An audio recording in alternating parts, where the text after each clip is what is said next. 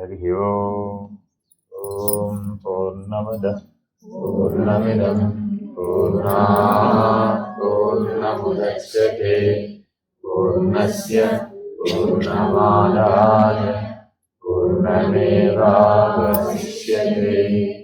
ओम तत्सत्।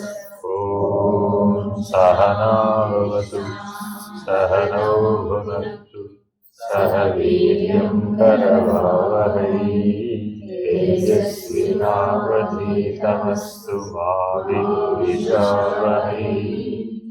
ओम शांति शांति शांति। हरि ओम श्री गुरुभ्यो नमः। हरि ओम नारायण नारायण। ఇందాక మిమ్మల్ని ప్రశ్న అడుగుతాను కదా, మీ కళ్ళ ముందే ఒక రహస్యం కనబడుతుంది, ఏమైనా గుర్తించారా? గుర్తించలేదా? ఏమండి, ఏం గుర్తించలేదు?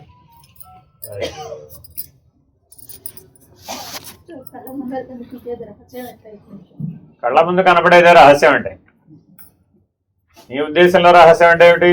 ఏదో కనపడందని, అక్కడెక్కడో కైలాసం అవతలో వైకుంఠం అవతలో ఉంటేనే రహస్యం. రహస్యం అంటే అర్థం అది కాదు, కళ్ళ ముందే ఉంటుంది కానీ విప్పి చెబితే కానీ గుర్తించలేవు, విప్పి చెబితే కానీ అర్థం కాదు. రహతి ఇది రహస్య.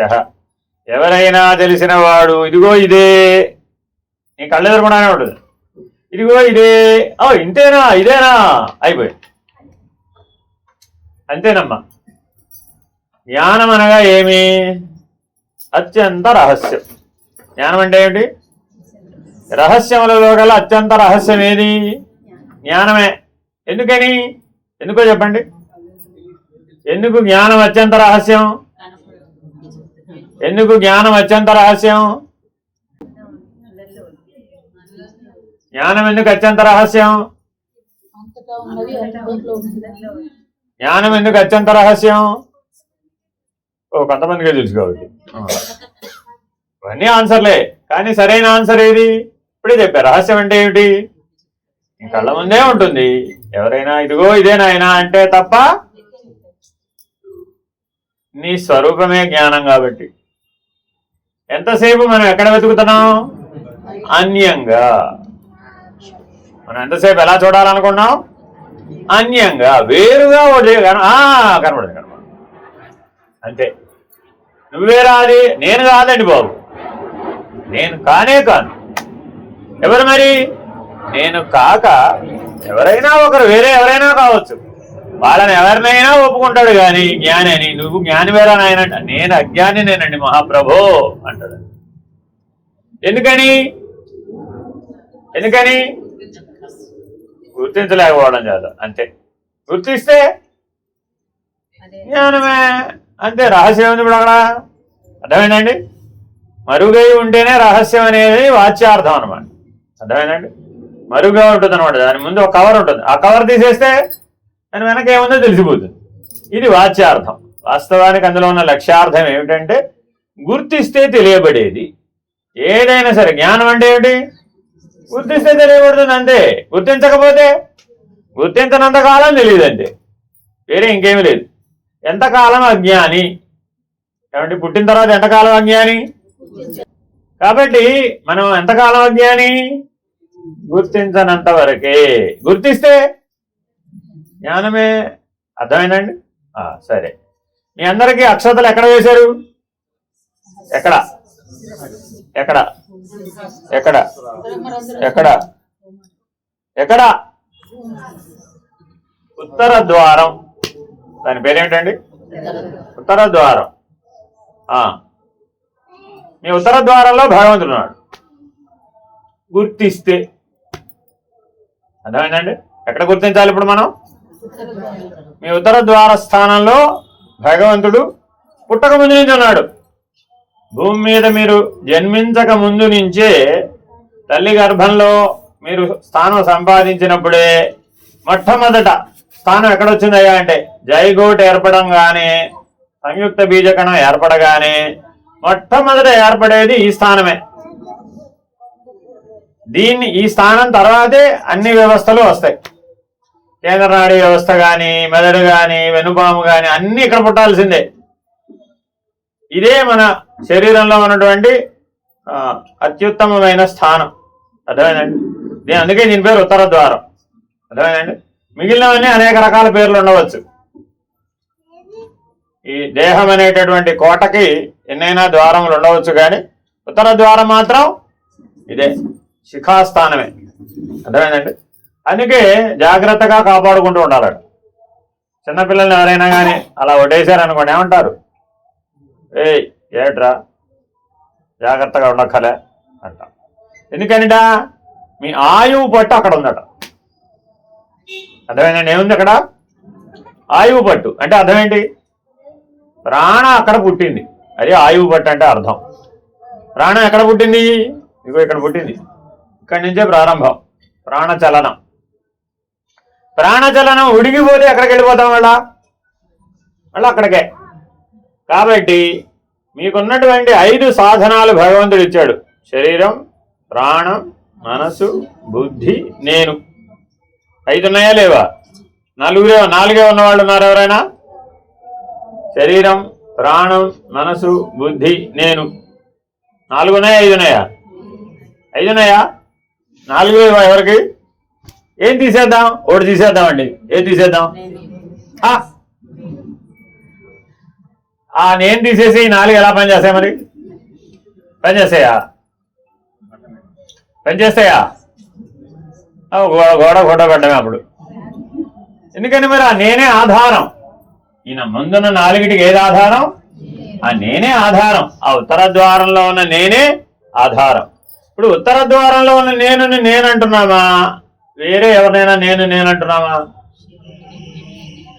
శరీరం నేను, ప్రాణం నేను, మనస్సు నేను, బుద్ధి నేను అనే 4 నేనులని ఈ ఉత్తర ద్వారంలో ఉన్న యథార్థ నేనుకు జోడించాం. అప్పుడు ఎన్ని నేనులైనాయి? 5, 50, 500? 5, 50, 500? ఎన్నైనా పెంచవచ్చు మీరు. ఆ ఒక్క నేను దగ్గర నుంచి కదిలి యువతలకు వచ్చి ఈ మిగిలిన 4 నేనులని గనక మనం జోడించినట్లయితే నామరూపాత్మకమైనటువంటి జీవితం అంతా, నామరూపాత్మకమైనటువంటి ప్రపంచం అంతా, నామరూపాత్మకమైనటువంటి జగత్ అనే అనుభవం అంతా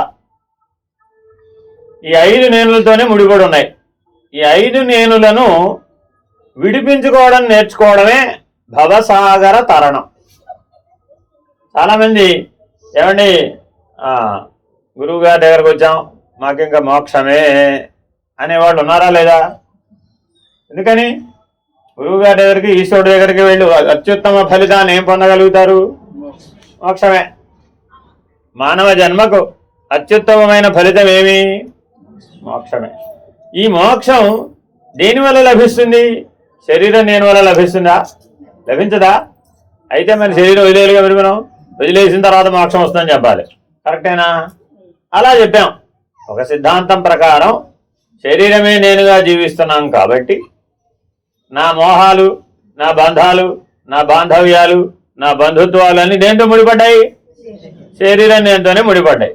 ఈ శరీరం నేను కనుక వదిలేస్తే, పోతే అప్పుడు నాకేమిటి? మోక్షమే. అదో నిర్వచనం. అర్థమైందండి? అంతవరకే ఆలోచించి అందరికీ సులభ సాధ్యమైన నిర్వచనం ఇచ్చారన్నమాట. ఏమని? బతికినంతకాలం హాయిగా కృష్ణారామ అంటూ బ్రతుకు, తీర్థప్రసాదాలు భోజనం చేస్తూ, చక్కగా ప్రార్థనలు చేస్తూ, ఆరాధనలు చేస్తూ, అభిషేకాలు చేస్తూ, గుడికి వెళుతూ ఈశ్వర ఈశ్వర ఈశ్వర అనుకుంటూ, ఒకరిని బాధ పెట్టకుండా, నువ్వు బాధపడకుండా, శాంతంగా, సౌఖ్యంగా, సవ్యంగా, సత్కర్మతో జీవించు. బాగుందా లేదా జీవితం? బాగుంది. దీనికే నష్టమేముంది? తప్పంటానికి లేదండి. ఇది ఈ జీవితం జీవించాలంటే శరీరం నేను ఉండాలి అవుతా. మరి ఇప్పుడు ఇవన్నీ చేయాలంటే ఎక్కడ చేయాలంటే శరీరం నేను ఉండాల్సిందే, లేకపోతే పని జరగదు. అర్థమైందండి? కాబట్టి శరీరం నేనుని తూష్ణీభావంతో చూడాలే కానీ తీసి పక్కకు విసిరేద్దాం అరటిపండు తొక్కలాగా అంటే కుదురుతుంటారా? అందరికి ఇప్పుడు ప్రసాదం పెట్టలేదా? ఏం చేశారు మీరంతా? పండు తినేశారు, పైన విసర్జన చేశారు. అంతేనా కాదా? అలా విసర్జించడానికి వీలైందా ఇప్పుడు? ఇది ఇప్పుడు వీలు కాదు, టైం అయిపోయినప్పుడు వీలు అవుతుంది. అప్పుడే టైం అయిపోయినప్పుడు అలా అయినా వదిలేసేయాల్సిందే, అప్పుడు పట్టుకెళ్తానంటే ఎవరో కుదరదు కదా. కాబట్టి మోక్షం అనే దానికి నిర్వచనం ఈ రకంగా నిర్వచించింది ఇంత మేరకే వివేకం ఉన్నటువంటి వాళ్ళ కోసం. వివేకం 5 స్థాయిల్లో ఉంటుందండి. మొదటి వివేకం ఎక్కడుంది మనకి? ఇప్పుడు శరీరం నేను, అర్థమైందండి? ఈ శరీరం నేననే వివేకంతోనే ఉంటే నీకు మోక్షం ఏమిటి? ఇప్పుడు ఇదే సత్కర్మాచరణ, ఎవరిని ఇబ్బంది పెట్టకూడదు, నువ్వు ఇబ్బంది పడకూడదు, శాంతంగా జీవించాలి, అలాగే దైవీ భావంతో జీవించాలి, దైవీ ఆరాధనలతో జీవించాలి, రోజు ఈశ్వర ఈశ్వర భగవన్నామస్మరణ, నిరంతర భగవన్నామస్మరణతో జీవించాలి. వీటన్నిటి వలన మనలో సత్వగుణం వృద్ధి, సత్వం సంజాయతే జ్ఞానం, రజసాంసి లోభ ఏవచ. అర్థమైందండి? మనలో 3 గుణాలు ఉన్నాయా లేవా? ఏమిటవి? సత్వగుణం, రజోగుణం, తమోగుణం. సత్వగుణం ఉంటే ఏమిటయ్యా అంటే సత్వం సంజాయతే జ్ఞానం, వివేకం వస్తుంది. సత్వగుణాన్ని ఎవరైతే నిత్య జీవితంలో పాటిస్తారో వాళ్ళకు తప్పక వివేకం వస్తుంది. అదే రజోగుణ ధర్మంతో కళ్ళు పెళ్లిగా ఉన్నారనుకోండి, ఉంటున్నావా లేదా రోజువారీ జీవితంలో?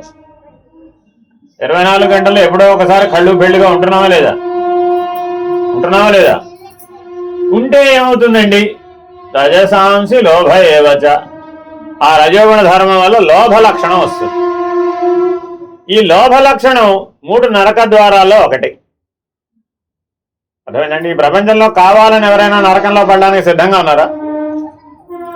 ఎవరైనా పుట్టిన వాళ్ళు ఎవరైనా ఏమండి మీకు నరకంలో పడడానికి సిద్ధంగా ఉన్నారా అంటే ఏమంటారు? మాకెందుకండి బాబు అంటారు. అర్థమైందండి? కాబట్టి కామ క్రోధ లోభాలనేటటువంటి 3 నరక ద్వారాలు కూడా రజోగుణ ధర్మంతోనే ముడిపడి ఉంటాయి. అందులో ముఖ్యంగా లోభంతో ముడిపడి ఉంటాయి. ఆ లోభం అనే ద్వారం తెరవగానే మిగిలిన 2 ద్వారాలు కూడా తెరుచుకుంటాయి. నరక ద్వారాలో ఉన్న గొప్ప విశేషం ఏమిటంటే, మీ ఇంటికి ప్రధానమైన ద్వారం తీసామనుకోండి, అన్ని గదులు తెరిచినట్టేనా? ఒక్కొక్క తలుపు తీయాలా? అక్కర్లేదుగా.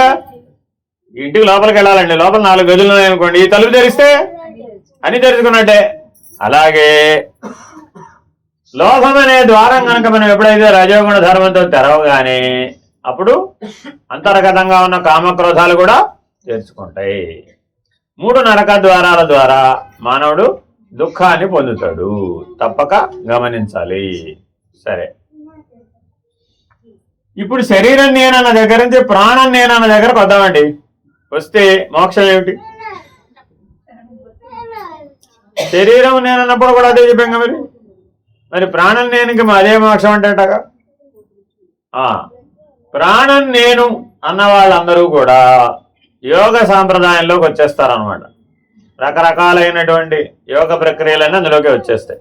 క్రియాయోగం, హఠయోగం ఇత్యాదులు ఎన్నన్నా చెప్పండి. ప్రపంచంలో శంకర భగవత్పాదులు అంటారు యోగ తారావళిలో సపాద లక్ష అని ఉన్నాయండి యోగ మార్గాలు. ఎన్నున్నాయండి? సపాద లక్ష అంటే ఎంతో తెలుసా మీకు? 1,25,000. ఎన్ని యోగ మార్గాలున్నాయి? 1,25,000 యోగ మార్గాలు ఉన్నాయట. ఎవరైనా మీ ఇష్టం వచ్చిన పేర్లను అందులో రాసుకోవచ్చు. ఎవరు ఇందులో కనిపెట్టినా ఇవాళ కొత్తగా మేము యోగ మార్గం కనిపెట్టాం అన్నా అదంతా ఇందులోకి వచ్చేస్తాయి, ఈ 1,25,000లోకే వచ్చేస్తాయి. సపాద లక్ష అన్ని యోగ మార్గాలు ఉన్నాయి. వీళ్ళందరూ ఏం చేశారయ్యా అంటే, ప్రాణం కదలకుండా ఉంటే కామం లేదు, క్రోధం లేదు, లోభం లేదు, నరకమే లేదు. ఎందుకని? ప్రాణం కదిలితేనే మనసు కదులుతుంది. మనసు కదిలితేనే అన్ని కోరికలు, అన్ని లక్షణాలు, అన్ని ఆకర్షణలు, అన్ని ఆసక్తులు. కాబట్టి మనసుని నిలబెట్టడం కోసమని ముందుగా ప్రాణాన్ని స్వాధీనం చేసుకుని హఠించి ప్రాణాన్ని స్వాధీనం చేసుకున్నారు. ప్రాణాన్ని స్వాధీనం చేసుకోవడం ద్వారా ప్రకృతి పైన స్వాధీనత సంపాదించే ప్రయత్నం చేశారు. ఎవరెవరికైతే ఆకలి దప్పిక ఈ 2 స్వాధీనం అయిపోతాయో అదే మోక్షం. ప్రాణం నేననేటువంటి వాళ్ళకి ఏదండి మోక్షం? ఆకలి దప్పిక లేవంతే, వాడు ఇంకేముంది? ఏ కోరికైనా దేంతో మొదలు? అంతేనా కదా? టైం రాగానే అక్షుత్ పిపాస నిద్ర ఆలస్య తమసాదులు ఇవన్నీ ప్రాణధర్మములు. ఎప్పుడైతే ప్రాణాన్ని స్వాధీనపరుచుకున్నాడో యోగశక్తి ద్వారా ఇవన్నీ స్వాధీనం అయిపోయినాయి. అప్పుడు ఇక జీవభావం లేదుగా. మీరు ఇలాంటి వాళ్ళని ఎంతోమందిని భారతదేశంలో చూడవచ్చు. వాళ్ళందరూ కూడా పంచభౌతికమైనటువంటి ప్రకృతిని స్వాధీనపరుచుకున్నటువంటి వాళ్ళు. మీరు మన్ని మధ్య ఒక వీడియో ఎక్కడన్నా చూసి ఉంటే కేదార్నాథ్ వెళ్ళిన వాళ్ళందరికీ తెలుస్తుంది. కేదార్నాథ్లో అందరం సాధారణంగా వెళ్ళి సందర్శించే దేవాలయం ఇలా ఒక ఆలయ శిఖరం లాగా ఉంటుంది. దాన్నే ఎద్దుపురం అని రకరకాల పేర్లతో చెప్తూ ఉంటారు. మన్ని మధ్య ఒక ఆయన దానిపైన ఉన్న శిఖరానికి వెళ్ళొచ్చాడు. కాకపోతే నడిచి వెళ్ళడం కుదరదు, గాల్లో ఎగిరెళ్ళాలి. మనిషి నేనైతే హెలికాప్టర్ వేసుకెళ్తాను, విమానం వేసుకెళ్తానంటే కుదరదు. అర్థమైందంటే ఆయన కళ్ళ ముందే ఇక్కడ గుడి దగ్గర నుంచి ఎగిరి ఆ పైన ఆలయానికి వెళ్ళి ఇది కాదు యథార్థ కేదార్నాథ్ ఆ పైన ఉంది అని మళ్ళీ ఆయన కిందకు వచ్చి ఎగురుతూ వచ్చాడు. ఆ ఎగురుతూ వచ్చిన వీడియో చూపెట్టారు. అంటే అసత్యం అనుకున్నారు. ఇలాంటివి చాలా ఉన్నాయి భారతదేశంలో. అర్థమైందండి. మనకి ఆయన విశ్వాత్మ గారని ఒక ఆయన హిమాలయ యోగి వచ్చారన్నమాట. వారిని ఆ గంగోత్రి ప్రాంతంలో ఒక యోగి అలా చేయి పట్టుకుని అలా గాలిలో పట్టుకెళ్ళారు. ఆయన వెళ్ళటమే కాదు, ఈయన కూడా పట్టుకెళ్ళారు. అలా చేయి పట్టుకుంటే ఈయన కూడా దూదెపించ కంటే తేలికైపోయాడు. ఆయన అలా గాలిలో తేలుకుంటూ ఈయన కూడా పట్టుకెళ్ళిపోయి నడవడానికి వీలుగా అన్నటువంటి హిమాలయ పర్వత సానువులలో కొంతమంది యోగులు ఉన్నారు, కొంతమంది సంతులు ఉన్నారు, కొంతమంది సాధువులు ఉన్నారు, మహానుభావులు ఉన్నారు అని అక్కడికి తీసుకెళ్ళారు. మనం ఎలాగో నడిచి వెళ్ళలేము, మన వల్ల ఏ పని కాదు. మనం సంచెవరగా నడవలేము. అర్థమైందండి. కాబట్టి ప్రాణమే నేను అన్నటువంటి వాళ్ళు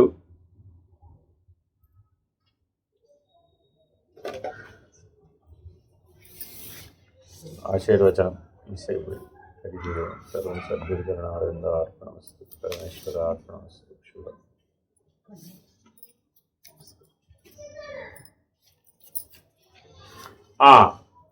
కాబట్టి వీళ్ళకి మోక్షం ఏమిటండి?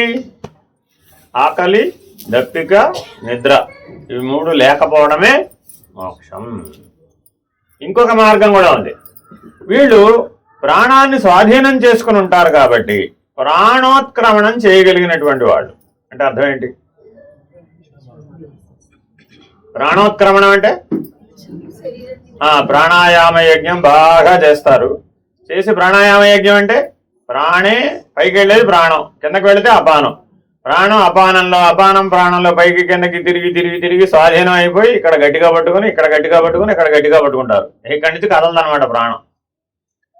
ఈ ఉత్తర ద్వార భేదనం ద్వారా బ్రతికి ఉండగానే, నీ జీవించి ఉండగానే అన్ని అన్ని అన్ని ద్వారాలని బంధించేసి పంచప్రాణాలని పైకి తీసుకువెళ్ళిపోయి ఇక్కడ కేంద్రీకరించి స్థిరంగా అలాగే ఉండిపోయి ఈ ఉత్తర ద్వార భేదనం ద్వారా వాడు నిర్గమిస్తారు. ప్రాణాలని పైకలా చైతన్యంలో కలిపేస్తారు. సర్వవ్యాపక చైతన్యంలో ఈ ప్రాణ చైతన్యాన్ని కలిపేస్తారు. దాన్ని కూడా మోక్షమనే నిర్వచించారు. ఇదో విధానం. ఎంతమంది రెడీగా ఉన్నారంటారు? ఏమండి, మొదటి మోక్షం ఏమిటి? అది చాలా సులభంగా ఉంది కదా. ఈ గొడవ దీని అంతా గొడవ అంతా పడతాడు బాబా ఇక దీని కృష్ణదానం. కాబట్టి 99% మందికి ఇప్పుడు శరీరం నేనుగానే బాగుందా లేదా? మీరందరూ ప్రాణం నేనని అనాలంటే అంటే మోక్షం ఏమవ్వాలి ఇప్పుడు మీకు? హఠించాలండి. హఠయోగ సంప్రదాయం ద్వారా హఠించి ప్రాణాన్ని ఉత్తర ద్వారం ద్వారా నిర్గమింపజేయటమే మోక్షం. ఇది ప్రాణం నేనంటే. సరే, రెండో వివేకం అయిపోయింది. రెండో మోక్షం అనే నిర్వచనం చెప్పేశాం. మూడో స్థాయి మనస్సు నేను ఉందా లేదా? ఇప్పుడు మనలో ఉందా? ఏమిటి మనసు నేను? మనసు అనగా సంకల్ప వికల్పాత్మకం మనః. మనసు అంటే ఏంటండి? సంకల్ప వికల్పాత్మకం మనః. సరే, మనస్సుతో ఇప్పుడు మనకు వచ్చిన చిక్కు ఏమైనా ఉందా? ఏం లేదా? ఏమండి, మనసుతో ఏమైనా చిక్కుందా లేదా? ఉందా? ఏమిటా చిక్కు? ఏమండి, ఏంటా చిక్కు? క్షణం నిలకడగా ఉందండి బాబు, దాంతో ఒకటే చిక్కు. ఏమిటది? క్షణం నిలకడగా ఉన్నది అంతే. దాని పని అంతే. అది దానికోసమే పుట్టింది. అర్థమైందండి? మనం ఎలా అయితే దేనికోసమో పుట్టాం కదా, అలాగే మనసు కూడా ఈ సృష్టిలో, భగవంతుని యొక్క సృష్టిలో మనసు కూడా భాగం. ఆ మనసు ఎందుకు పుట్టింది? ఇటు అటు పరిగెట్టడానికే. దాని పనే అది. దాని స్వరూపమే ఇటు అటు పరిగెట్టడం. మీరేమో దాన్ని నిలకడగా ఉండమంటారు. ఎలా కుదురుతుంది? కుదురుతుందా? నిలకడగా ఉండకపోతే కుదురుతుందా? అర్థమైందా? నాలాంటి వాటికి చెప్పాలట పని. ఏదో వేరుశనక్కాయలు కొన్నాం, ఏదో ఇంటి ముందుకు వచ్చినాయి కదా అని. సర్లే, మనకి ఎందుకు వచ్చిన గోర, హాయిగా ఉంటే సరిపోయి కదా. సర్లే వేరుశనక్కాయలు ఉడకేద్దాము అంది. సర్లే ఏముంది పెద్ద విషయం, గ్యాస్ స్టవ్ పెట్టి నీళ్లు పెట్టి అందులో పోయడమే కదా అని ఆ వేరుశనక్కాయలు దాంట్లో పోసే. ఇక పోసిన తర్వాత 2.5 గంటలు మన తెలుగులో మనం లేవు. ఏమైపోతుందంటారు అది?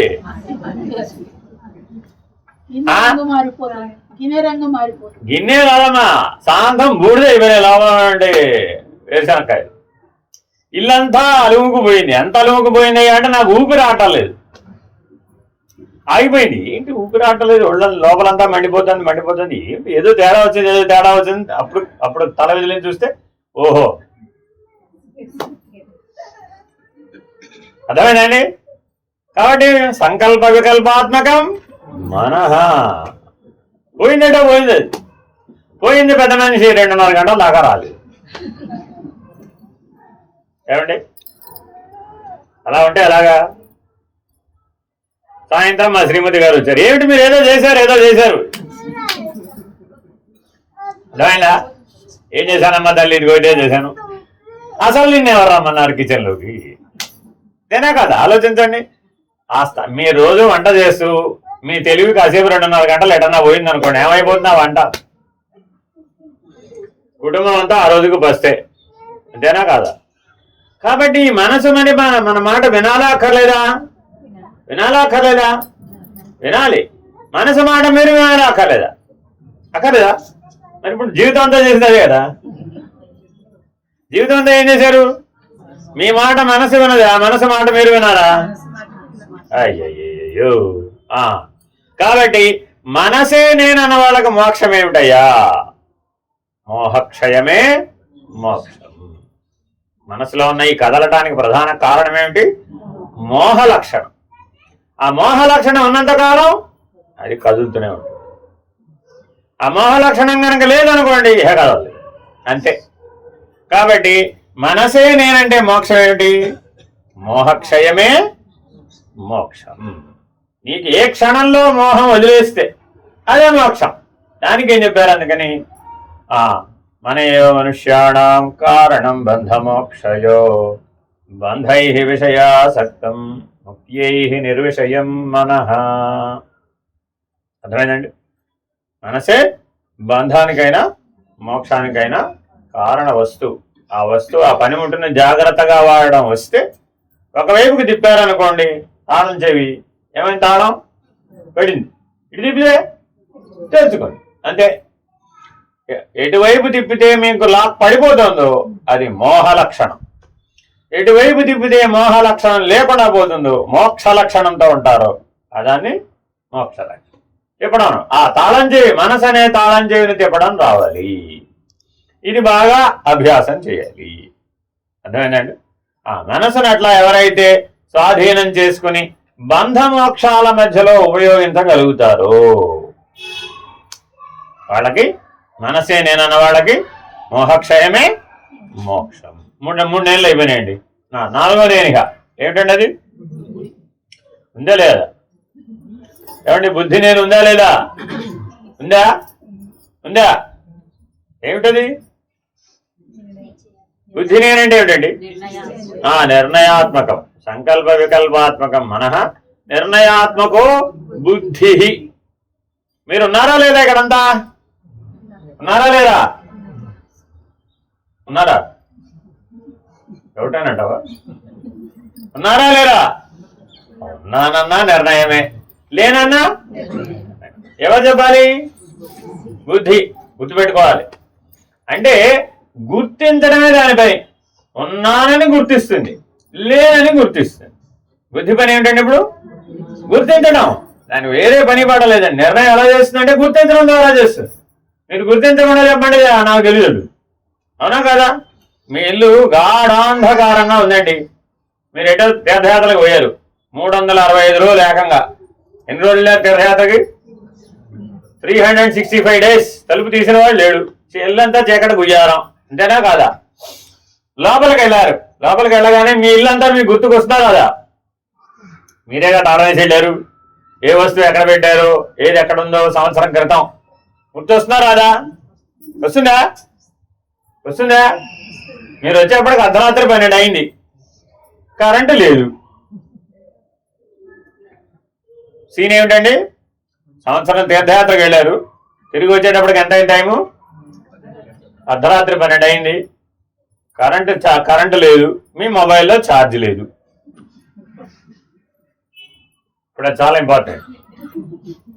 ఎందుకని? అదే అన్నిటికీ ప్రత్యామ్నాయం. అదే అదే ఉందండి. ఇప్పుడు మనకేం కావాలి? లోపలికి వెళ్ళి వెలుగు కావాలి. అగ్గి పెట్టే దీపం అక్కర్లా, నీకు వెలుగు కావాలి. నీళ్ళేగా, నువ్వు పెట్టిన వస్తువులేగా. అయినా అర్ధరాత్రి 12 గంటలకి మీ ఇంట్లో చీకట్లో, మీ ఇంట్లో ఏ వస్తువు ఎక్కడ ఉందో వెలుగుతో పని లేకుండా పట్టుకోగలుగుతావా? పట్టుకోగలుగుతావా? గలుగుతావా? వచ్చు, రావచ్చు, పోవచ్చు. 50% లాభం లేదు.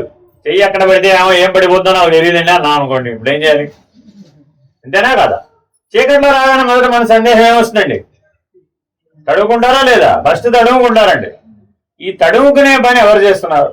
శరీరం నేనా, ప్రాణం నేనా, మనస్సు నేనా, బుద్ధి నేనా? నీకన్నీ తెలిసే ఉండవచ్చు, కానీ ఒక్క క్షణమైనా తడువుకుంటావు. చీకట్టుగా ఉందిరా. చీకట్లో ఎవరు పని చేయలేదు? ఇప్పుడు చీకట్లో ఎవరు పని చేయరు? బుద్ధి. మనసుకి చీకటితో వెలుగుతో పనిలే, అది ఎప్పుడైనా పోతుంది. దానికి కళ్ళు మూసుకుంటే చీకటే కదా, దానికి శుభ్రంగా చీకటి వస్తేనే దానికి మహదానందం. ఎక్కడికైనా ఊరేదచ్చు. అంతే కదండి? తల్లి గర్భంలో 7వ నెల నుంచి కలగంటున్నామమ్మా. ఎన్ని కళలు కనీసం ఉంటావు? ఇప్పటికి లెక్క రాసి ఉంటే చాలా కష్టం అయిపోయి ఉండేది. అంతేనా కాదా? మరి అప్పుడు కళ్ళు మూసుకుంటే చీకటే కదా, మరి అప్పుడు ఎటుపడితే అడిపోలేదా? అప్పుడు మనసుకి చీకటికి ఏం సంబంధం లేదు, దానికేం పని పడలేదు, అది ఎట్లయినా విడిపోగలదు. బుద్ధి మాత్రం ఎప్పుడు చెప్తుంది? ప్రకాశం ఉంటేనే, లేకపోతే గుర్తించలేదు. అర్థమైందంటే? బుద్ధి పనిచేసేది దేంతో పనిచేస్తుంది? ప్రకాశంతోనే పనిచేస్తుంది. ప్రకాశం లేదనుకోండి, మీరు ఏదైనా కాదా అంటే వెలుతురులో చూసి చెప్తాను, మీరు చూడండి కావాల్సి వస్తే. అవునా కదా? ఇంతలో మీకు అర్ధరాత్రి 12 గంటలకి చీకట్లో సూదిలో దారం ఎక్కించాల్సి వచ్చింది. ఏం అవసరం వచ్చింది? సూదిలో దారం ఎక్కించాలి. అర్ధరాత్రి 12 గంటలకి చీకట్లో సూది ఎక్కడ ఉందో వెతకాలి. ఇప్పుడు మీరు తెలిసినా తెలీదా? మీ ఇంట్లో తెలిసినా తెలీదా? తీసిన చోట పెట్టేవాడికి. అంతేనా కాదా? తీసిన చోట పెట్టకపోతే ఇంతే సంగతులు. అంతేనా కాదా? ఇంతలో మీ శ్రీవారు చెప్పారు, నేను మన తీర్థయాత్ర మధ్యలో ఉండగా మన ఇల్లు ఖాళీ చేసి వేరే వాళ్ళకి అమ్మేద్దామని ఇంట్లో ఉన్న వస్తువులన్నీ మూట కట్టించేశాను, ఆ మూటలో వేసేసాడు నీ సూది అన్నాడు. ఎందులో వేసేసాడు సూది? అయ్యో ఎంత పని చేశారన్నది, బంగారపు సూది. దాని గురించి నేను తీర్థయాత్ర అంతా ఆలోచిస్తున్నాను. దాని ఇంటికి రాగానే ఆ బంగారపు సూది ఎక్కడుందో పట్టుకుందామని నేను ప్రయత్నం చేస్తుంటే ఇక్కడేమో కరెంట్ లేదు. మీరేమో ఉన్నవాళ్ళు ఊరుకోకుండా ఆ బంగారపు సూదిని పెట్టుకెళ్ళి ఇంట్లో ఉన్న వస్తువులని నేను మూట కట్టింది అందులో వేయించేసేట్టు అంతే. ఇప్పుడు బంగారపు సూదిని ఏం చేయాలి? ఎలా పట్టుకోవాలి? చీకట్లో మర్చిపోకూడదు. అర్ధరాత్రి చీకట్లో ఇంట్లో ఉన్న సామాన్లన్నీ ఒకే మూట కట్టేస్తే ఆ మూటలో ఒక బంగారపు సూది వేస్తే ఆ సూదిని ఎలా పట్టుకోవాలి? శరీరం నేనా, ప్రాణం నేనా, మనసునేనా, బుద్ధినేనా?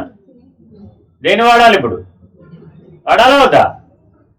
ఓ పెద్ద ఇంట్లో ఉన్న మూటలన్నీ సామాన్ల మూటలో చిన్న బంగారపు సూది వేస్తే ఆ బంగారపు సూదిని గుర్తించాలంటే మరి ఇప్పుడు బుద్ధిని వాడాలా? దేని వాడాలి? రే ఎందుకని? చీకటి కాబట్టి.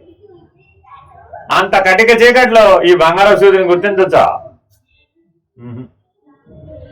ఇంతలో వెలుగు వచ్చిందండి, కరెంట్ వచ్చింది. అప్పుడు ఏమనిపించింది మీకు? అమ్మయ్య, పరమాత్మ కరుణించాడు రా బాబు, నా పని అవుతుంది ఇప్పుడు అనుకున్నారా లేదా? ఎలాగా? విచారణ. బుద్ధి ఎలా గుర్తిస్తుందండి? విచారణ అంతే, వేరే ఇంకేం లేదు. ఏమండి, ఇది ఆవగింజ, ఇది హిమాలయ పర్వతమా అని అడిగారు అనుకోండి, ఏం చేస్తారు మీరు? ఆవగింజనైనా విచారణ చేస్తారు, హిమాలయ పర్వతం అయినా విచారణ చేస్తారు. కాబట్టి ఎలా గుర్తిస్తున్నారయ్యా? విచారణ ద్వారా. కాబట్టి బుద్ధి నేను అంటే ఏమిటయ్యా? మోక్షం ఏమిటి? బుద్ధి నేను అన్న వాళ్ళకి మోక్షం ఏమిటి? విచారణే మోక్షం అంతే. విచార్యంతు వివేకినః. ఎవరయ్యా వివేకి? విచారణ చేసేవాడెవడో వాడే వివేకి. ఏ విచారణ అంటే మళ్ళీ వచ్చాడు పక్కన. పృచ్ఛకుడు అంటారు. ఏ మధ్య మధ్యలో ఇట్లా ప్రశ్నలు వేసేవాడిని ఏమంటారు? పృచ్ఛకుడు. మధ్యలో టక్కమని వేస్తాడు. ఏ విచారణ? ఆవగింజ, హిమవత్ పర్వతం, ఆ రెండు విచారణ చేస్తే వివేకి వేనా? ఏమిటది? ఏం విచారణ చేయాలి ఇప్పుడు? ఆత్మానాత్మ విచారణ. కాబట్టి బుద్ధిని బంగారపు సూది అంటే ఏంటంటే ఇప్పుడు ఇది ఆత్మానాత్మ విచారణ అనేది బంగారపు సూది. అర్థమైందండి? విలువైందనా కదా? ఆత్మానాత్మ విచారణ బంగారపు సూదిలోకి దారం ఎక్కించాలండి. ఆ దారం ఏమిటి? బుద్ధి. ఆ దారం ఏంటండి? బుద్ధి. ఎక్కించి జాగ్రత్తగా విచారణ చేస్తే ఏది ఆత్మో ఏది అనాత్మో విచారణ పూర్వకంగా వివేకంతో నిర్ణయం అవుతుంది. ఈ ఆత్మానాత్మ విచారణ ద్వారా నేను ఆత్మస్వరూపుడు అనేటటువంటి నిర్ణయాన్ని, వివేకాన్ని పొందడమే బుద్ధి నేను అనేటటువంటి వాళ్ళకి మోక్షం. అంతే. ఇప్పుడు బుద్ధి నేనన్న వాళ్ళకి మోక్షం ఉందా లేదా? ఉంది. శరీరం నేనన్న వాళ్ళకి ఉందా లేదా? దాని పద్ధతిగా ఉంది. ప్రాణం నేననే వాళ్ళకి, మనస్సు నేనన్న వాళ్ళకి దాని పద్ధతిగా, బుద్ధి నేనన్న వాళ్ళకి. ఇప్పుడు అసలు నేనుకు వచ్చాం. 5వ వాడు వీడెవడండి? 5వ నేను ఎవరు? అసలు నేను, యథార్థ నేను, సత్య నేను, స్వరూప నేను. ఏ పేరన్నా పెట్టుకో, దాని పేరే నేను. దానికి వెనక ముందు లేవు.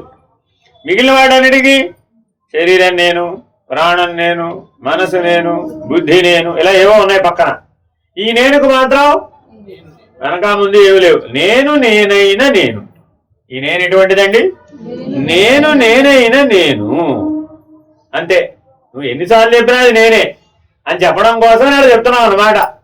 3 అవస్థల్లోనూ ఈ నేనెవరయ్యా? నేను నేనైన నేను. ఈ మాట నాది కాదు, జిల్లాళ్ళ అమ్మగారు. ఆయన నీ స్వరూపం ఏమిటి? అమ్మా నా స్వరూపం ఏమిటో చెప్పమ్మా అని అడిగారు. ఏముంది నాన్న, ఎవరికైనా స్వరూపం ఏమిటి? నేను నేనైనా నేను, అదే స్వరూపం. మరి మోక్షం ఏమిటమ్మా? దీనికి కూడా మోక్షం ఉండాలా వద్దా? శరీరం నేనుకి మోక్షం ఉంది, ప్రాణం నేనుకి మోక్షం ఉంది, మనస్సు నేనుకి మోక్షం ఉంది, బుద్ధి నేను కూడా మోక్షం ఉంది. మరి నేను నేనైనా నేనుకి ఏమిటి మోక్షం? ఉందంటారా లేదంటారా? ఉందా? ఏమంటే నేను నేనైనా నేనుకి 3 అవస్థల్లోనూ నేనే, మెలకులోనూ నేనే, కలలోనూ నేనే, గాఢ నిద్రలో కూడా నేనే. కొత్త నేనే రాలా అక్కడ. ఈ నేను నేనైనా నేనుకి మోక్షం ఏమిటి? నేను నేనైన నేనుకు మోక్షం ఏమిటి? మోక్షం ఏమిటి? మోక్షం ఏమిటి?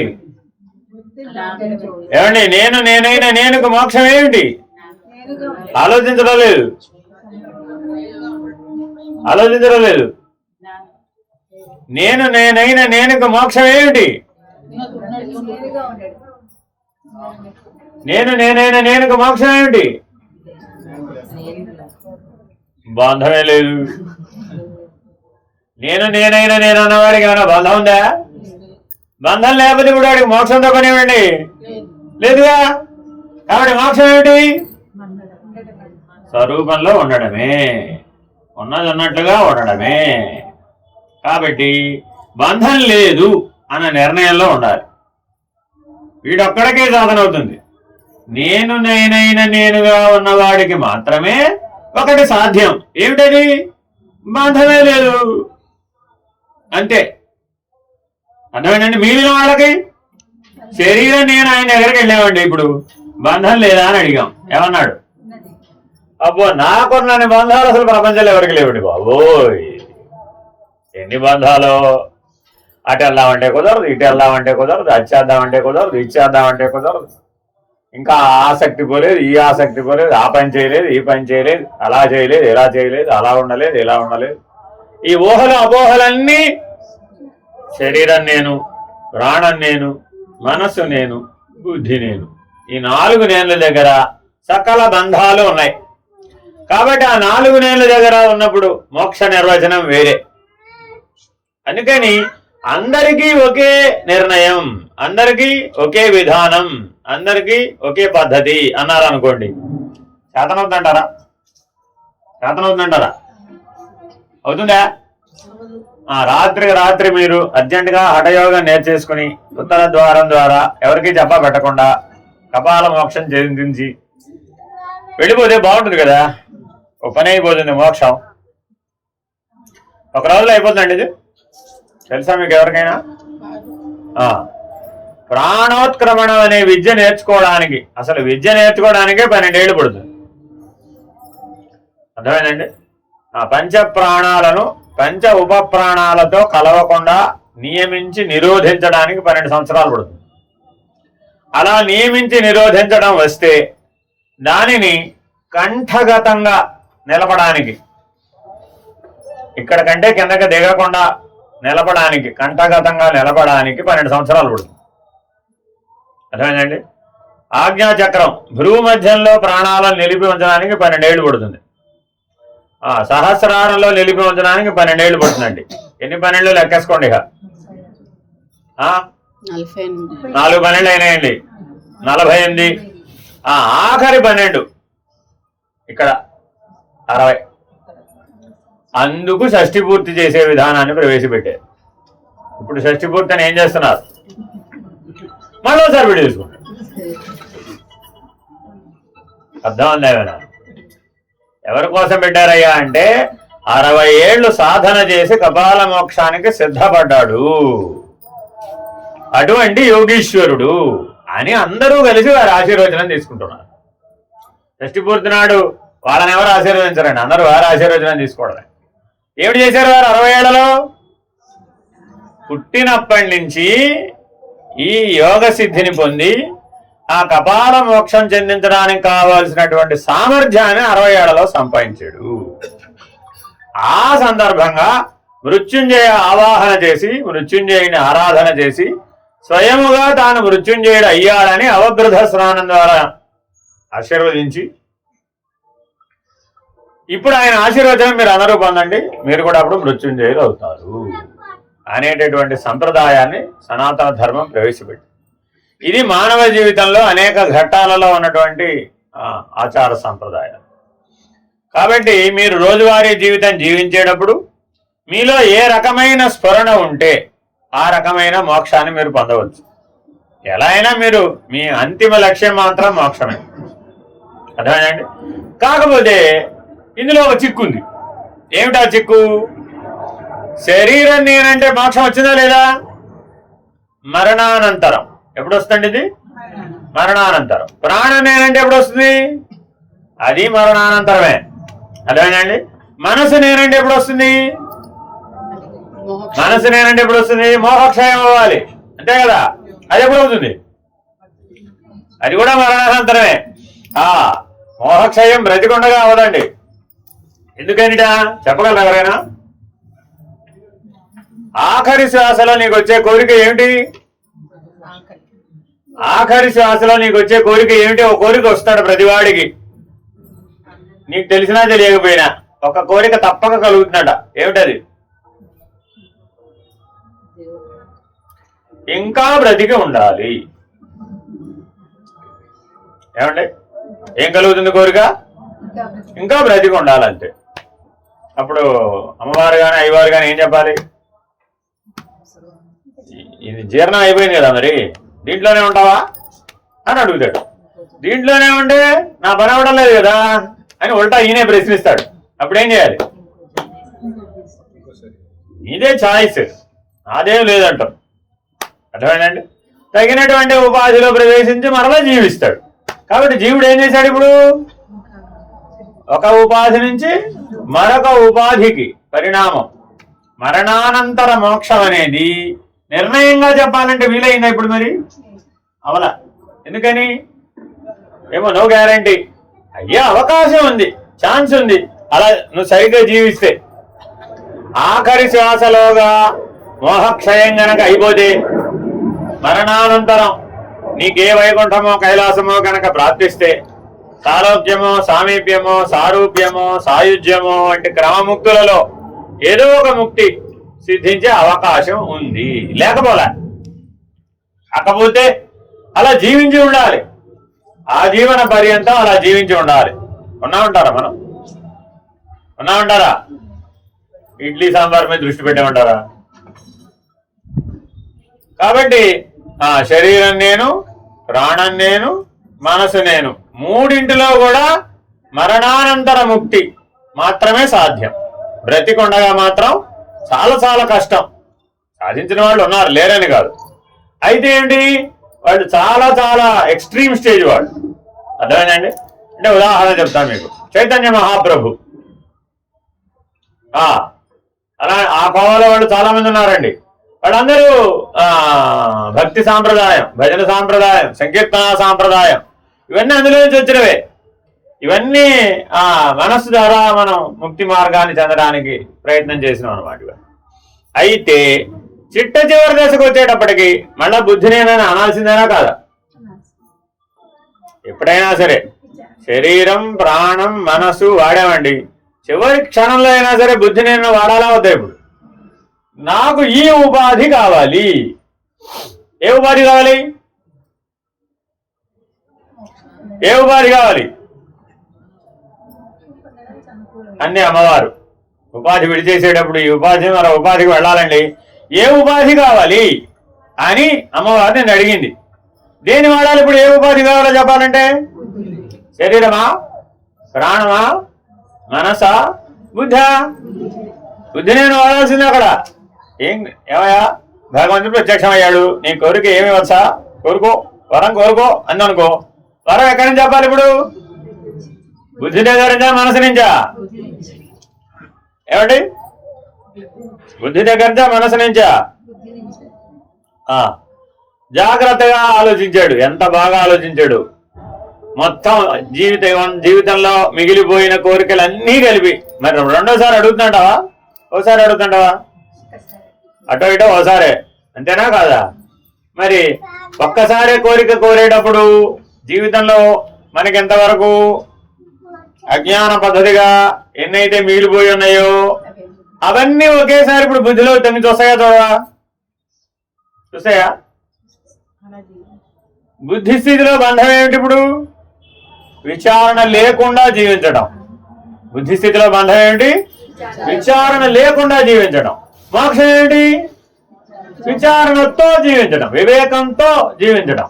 వివేకం లేకుండా, విచారణ లేకుండా జీవించడం బంధమైతే, వివేకంతో విచారణతో జీవించడం మోక్షం. బుద్ధి పద్ధతికి గుర్తుపెట్టుకోండి, ఇది మర్చిపోకూడదు అనమాట. ఇది ఆఖరి శ్వాసలో కూడా పనిచేస్తుందండి ఇది బుద్ధి. ఎందుకనంటే మృత్యువుని ఒప్పుకునేది నువ్వే. మృత్యు అనేది కూడా ఒక వృత్తే. మృత్యువు కూడా ఒక వృత్తే. మనం రోజు నిద్రపోతున్నాం లేదా? చిన్న సైజు మరణం అంతే. డైలీ ప్రాక్టీస్ అనమాట. పిల్లలందరికీ ఎంసెట్ పరీక్ష రాసేటప్పుడు ఏం చేస్తారు? వీక్లీ టెస్ట్, డైలీ టెస్ట్ పెడతారా లేదా? భగవంతుడు కూడా మనకు డైలీ టెస్ట్ పెట్టి మనకి మనం పెట్టుకునే అవకాశం ఇచ్చాడు నిద్ర ద్వారా. ఆఖరికి మృత్యు అనే పరీక్షని సరిగ్గా మనం ఎదిరించడానికి రోజు నిద్ర అనే పరీక్షని మనం రాస్తున్నాం. అర్థమైందా? ఆ దృష్టితో ఎప్పుడన్నా చూసామా? నిద్ర వస్తే నిద్రపోవడం అండి, నాకు అర్థం కాదు, పరీక్ష ఏమిటి అన్నారు అనుకోండి. అప్పుడు మరి ఆఖరి పరీక్షకి ఎలా సిద్ధపడతారు? పడలేరు కదా. ఎవరైతే ప్రతిరోజు నిద్రపోవడాన్ని నిత్య ప్రళయంగా భావిస్తారో, నేను 100 ఏళ్ళకు ఒకసారి పోవడం లేదు, నిత్యం పోతున్నాను, నేను రోజు పోతున్నానండి. లేస్తేనేమో ఉన్నాడు అన్నాడు, లేకపోతే అయిపోయిందండి, ఫినిష్డ్. ఇంతే తేడా, అంతకుమించి ఏం లేదు. లేవాలంటే బుద్ధి పనిచేయాలి. మీరు మెలకువలోకి రావాలండి, దేని ద్వారా వస్తారు? బుద్ధి అనే ద్వారా రావాల్సిందే. మెలకు అనేది చీకట్లో జరుగుతుంటారా వెలుతురులో జరుగుతుంటారు? మెలకు చీకట్లో జరుగుతుందా నిద్రలో జరుగుతుందా?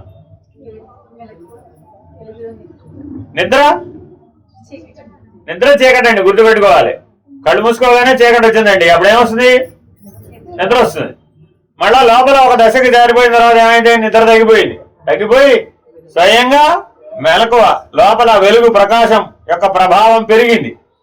ప్రకాశం యొక్క ప్రభావం పెరగగానే చిత్తవృత్తులు మేల్కొన్నాయి. చిత్తవృత్తులు మేల్కోగానే బుద్ధి మేల్కొంది. బుద్ధి మేల్కోగానే శాంత మీరు ఉన్నాను రా బాబు, ఇవాళకి ఉన్నాను అనుకుంటూ లేచాడు జీవుడు. బయటికి చెప్పకపోవచ్చు, రోజు అందుకని లేవగానే చూసుకుంటా నేను ఉన్నాను బాబు, ఇంకా ఉన్నాను ఆయన. పడుకునేటప్పుడు ఇవాళకి అయిపోయిందని పడుకోవాలట, అంతేగా పడుకునేది. మీరు అందరూ పడుకునేప్పుడు చూడండి, తలుపులను తాళాలు వేసేసి అన్ని పనులు, ఇవాళకి అన్ని పనులు అయిపోయినాయమ్మా, అన్ని పనులు అయిపోయినాయి పడుకోండి. కానీ పడుకుని ఏం చేస్తూ ఉంటారు? ఏం చేస్తూ ఉంటారండి? ఏం చేస్తూ ఉంటారు? ఇడ్లీ పిండి ఫ్రిడ్జ్ లో పెట్టానో లేదు, పొద్దున్నే లేవగానే వాడికి క్యారేజ్ కట్టాలి కదా. ఇప్పుడు అన్ని పనులు అయిపోయినట్టనా అవునట్ట? లాకర్లో పెట్టినటువంటి బంగారం ఉందో లేదు, అసలే నిన్న బ్యాంకులో దొంగలు పడ్డారట. నా బంగారం ఎత్తుకుపోయాడో ఎత్తుకుపోలేదు, మిగిలిన బ్యాంక్ అంతా పోయినా పర్వాలేదు, అంతేనా కదా? ఇలా ఆలోచనకేమి దానికన్నా ఒక దారి తెన్ను ఉండాల్సిన ఏముందే. అట్లాగే మనం మృత్యుకాలంలో కూడా ఏ స్మరణతో మనం నిర్గమిస్తామో ఆ స్మరణ తత్సంబంధమైనటువంటి జీవనం కలుగు అని పరమాత్మ జీవుడు అనేటటువంటి బుద్ధికి జీవుడికి పర్యాయ పదాలండి, రెండు ఒకటే. బుద్ధి నేనన్నా జీవుడు నేనన్నా రెండు ఒకటే. వీడికి తప్పక ఉపాధి కావాలి, ఉపాధి లేకుండా వ్యవహారం కుదరదు, వీడికి నిర్ణయం అంతకంటే కుదరదు. కాబట్టి ఎవరైతే దేహమే నేను అన్న లక్షణంతోనే, ప్రాణం నేనన్నా దేహమే నేనే, మనసు నేనన్నా దేహమే నేనే, బుద్ధి నేనన్నా కూడా దేహమే నేనే, ఉపాధి లేకుండా ఆ మొదటి 4 పని చెయ్యవు. అర్థమైందండి? మీ తాతగారు ఇప్పుడు ఏం ఆలోచిస్తున్నారంటారు మీ గురించి? మీ తాతగారు ఏం ఆలోచిస్తున్నారు మీ గురించి? ఇప్పుడు ఆలోచించడానికి ఆయనకి శరీరం లేదండి బాబు. ఎందుకని? వెళ్ళిపోయాడు, అంతేనా కదా? దేహాంతరేషు, మరొక దేహంలో ఉండవచ్చు. లోకాంతరేషు, 14 లోకాలు ఎక్కడైనా ఉండవచ్చు. సమిష్టి సూక్ష్మంలో 14 లోకాలు ఉన్నాయండి. మీ ఇష్టం ఎక్కడ కావాలంటే అక్కడికి వెళ్ళి రావచ్చు. మీ సామర్థ్యాన్ని బట్టి అక్కడ ఉండొచ్చు. టైం అయిపోతే పంపించవచ్చు వాళ్ళు. అర్థమైందా? అమెరికా వెళ్ళారండి, 6 నెలలు అయిపోతే ఏం చేస్తారు? 6 నెలలు అయిపోతే ఏం చేస్తారు? నేను వెళ్ళన్నాను అనుకోండి, ఏం చేస్తారు? నేను వెళ్ళంటాం నారాయణ, నేను వెళ్ళంటాం కుదరదండి. ఈ లోకంలోనే, ఈ లోకంలో, ఈ భూమి మీద, ఈ దేశంలోనే. అర్థమైందండి? అలా ఎక్కడికక్కడ ఆయా లోకాంతరముల యొక్క నియమాలు ఉంటాయి. అవన్నీ సమిష్టి సూక్ష్మం. మనలో వ్యష్టి సూక్ష్మం ఉందా లేదా? ఉందిగా. ఏమిటది? ప్రాణము, మనసు, బుద్ధి, ఈ 3 కలిపితే వ్యష్టి సూక్ష్మం. అర్థమైందా? ఈ బయట కనబడుతుంది ఏమిటో, ఇది పిడిరాయిలాగా, పత్రంలాగా, రోలు రోకల్లాగా, ఏదో కదలకుండా జడ స్వభావంతో తనంతట తాను కదలలేని దశలో పడుకున్నటువంటి ఏ శవం అయితే ఉందో, ఇదేంటిది? స్థూల శరీరం. మరి ఈ శరీరత్రయం లేకుండా జీవుడికి వ్యవహారం లేదు, గుర్తుపెట్టుకోవాలి. మరి 3వ శరీరం ఏమిటి? అదేమిటి? ఇప్పటి వరకు మనకు అది ఎక్కడ ఉంటుందో తెలియదే. స్థూల శరీరం ఒప్పుకున్నారు మీరు, సూక్ష్మ శరీరం కూడా ఒప్పుకున్నారు, ప్రాణం, మనసు, బుద్ధి. కారణ శరీరం ఎక్కడ ఉంటుంది? ఇప్పుడు కారణ శరీరం ఎక్కడ ఉంటుంది? తలలోనా కాళ్ళలోనా? ఎక్కడ ఉంటుందండి? ఎక్కడ ఉంటుంది కారణ శరీరం? ఎక్కడ ఉంటుంది కారణ శరీరం? ఎక్కడ ఉంటుంది కారణ శరీరం? ఎక్కడ ఉంటుంది కారణ శరీరం?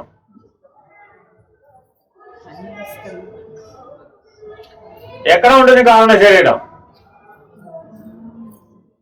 మీ హృదయ స్థానంలో ఉంటుంది. ఎక్కడ ఉంటుందండి? మీకు అందరికీ హృదయం ఉందా లేదా? ఏమండి, హృదయం ఉందా లేదా? డౌట్ ఏనండి అంటారా? ఇప్పటివరకు తెలియదు కదా, మీరు అంటున్నారే కానీ మీకు ఎవరికి తెలియదు కదా, చూడలేదుగా. మన వ్యవహారం అంతా ఏంటి? ఇందాకే చెప్పారు. రహస్యం అంటే ఏంటి? ఉంటుంది కానీ తెలియదు. మీరు హృదయం లేదని ఒప్పుకోండి చూద్దాం. ఎవరు ఒప్పుకోరండి. ఇక్కడ ఉన్న వాళ్ళలో ఏ ఒక్కరు కూడా 669 కార్, వైట్ కార్ 669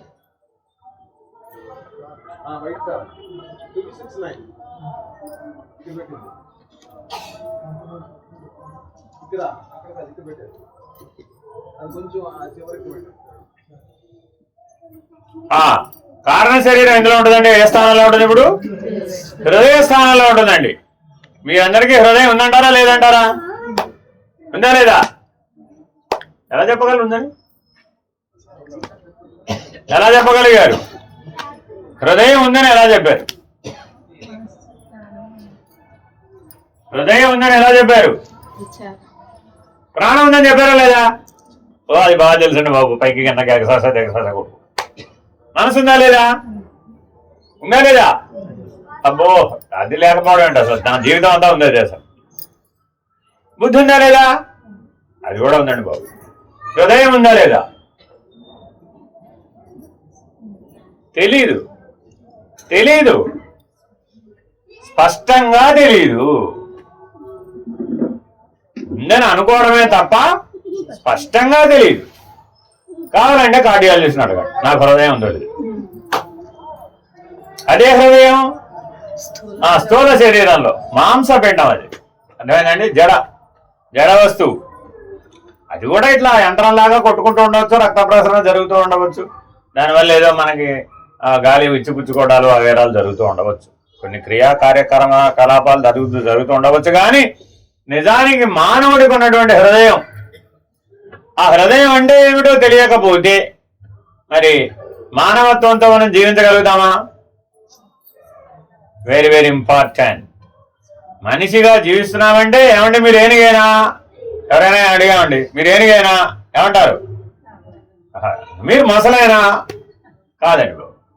పోనీ మీరు పక్షి అయినా కాదండి. మీరు మనిషేనా? ఎగ్జాక్ట్లీ. ఎలా తెలుసు మీకు? ఎలా తెలుసు మీకు మనిషి అని? పుస్తకంలో రాశారు కాబట్టి. మీరు మనిషి అని మీకు ఎలా తెలుసు? మీ హృదయం స్పందిస్తోంది. గుర్తుపెట్టుకోవాలండి, మీ హృదయం స్పందిస్తుందండి. ఇంతకీ భార్య గారు భర్తను డిసైడ్ చేస్తారంటారా? భర్త గారు భార్యను డిసైడ్ చేస్తారంటారా? ఎవరు డిసైడ్ చేస్తారు అసలు చెప్పండి? ఊరికే ఇదంతా పుస్తకాల్లో మాట్లాడండి. నిజంగా మీ నిజ జీవితంలో మీరు ఆలోచించుకోండి. అర్థమైందా? భార్య గారు భర్తను డిసైడ్ చేశారంటారా? భర్త గారు భార్యను డిసైడ్ చేశారంటారా? ఈవిడే నా భార్య లేదా ఈయనే నా భర్త? ఎవరు డిసైడ్ చేశారు? Who has decided it? ఎవరండి డెసిషన్ మేకర్? ఎవరు డెసిషన్ మేకర్? ఎవరు?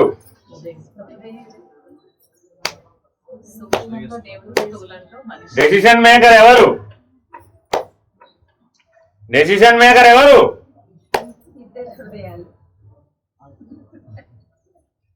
రెండు హృదయాలు అక్కడ.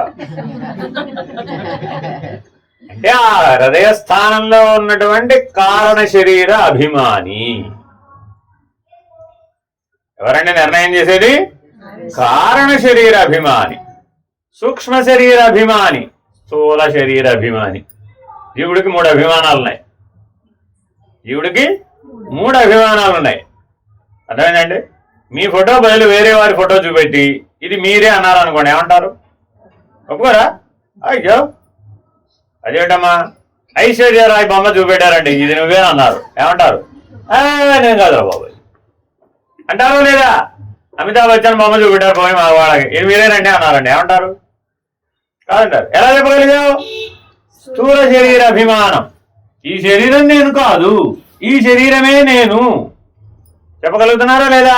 ఎవరు చెప్తున్నారు? జీవుడే. అర్థమైందండి? సూక్ష్మ శరీర అభిమాని అంటే వాడేవాడు.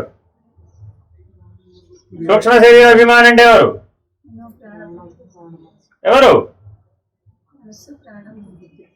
అది పనిముట్లు. సూక్ష్మ శరీర అభిమాని అంటే ఎలా గుర్తిస్తారు? మీ లైక్స్ అండ్ డిస్లైక్స్ ఉంటాయా లేవా? ఇష్టాలు ఎవరి ఇష్టాలు వాళ్ళవే, అంతేనా కాదా? ఇడ్లీ ఎక్కువ ఉండాలా, సాంబార్ ఎక్కువ ఉండాలి? ఏమండి తినేటప్పుడు ఇడ్లీ ఎక్కువ ఉండాలా, సాంబార్ ఎక్కువ ఉండాలా?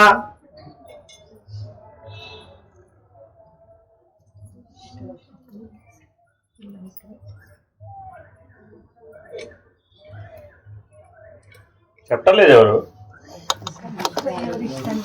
ఎవరు ఇష్టం వారిదండి బాబు, ఏముంది దాంట్లో చిన్న విషయం. అదే నాయన సూక్ష్మ శరీర అభిమాని, వేరే ఇంకేం లేదు. ఎవరి ఇష్టం వారిది అన్నది ఏదైతే ఉందో అదే సూక్ష్మ శరీర అభిమాని, అంతే. ఇప్పుడు కారణ శరీర అభిమాని వీడేవాడు. ఇప్పుడు ఇక్కడ దాకా వచ్చాం కదా, హృదయ స్థానంలో ఉంటుంది ఈ కారణ శరీరం.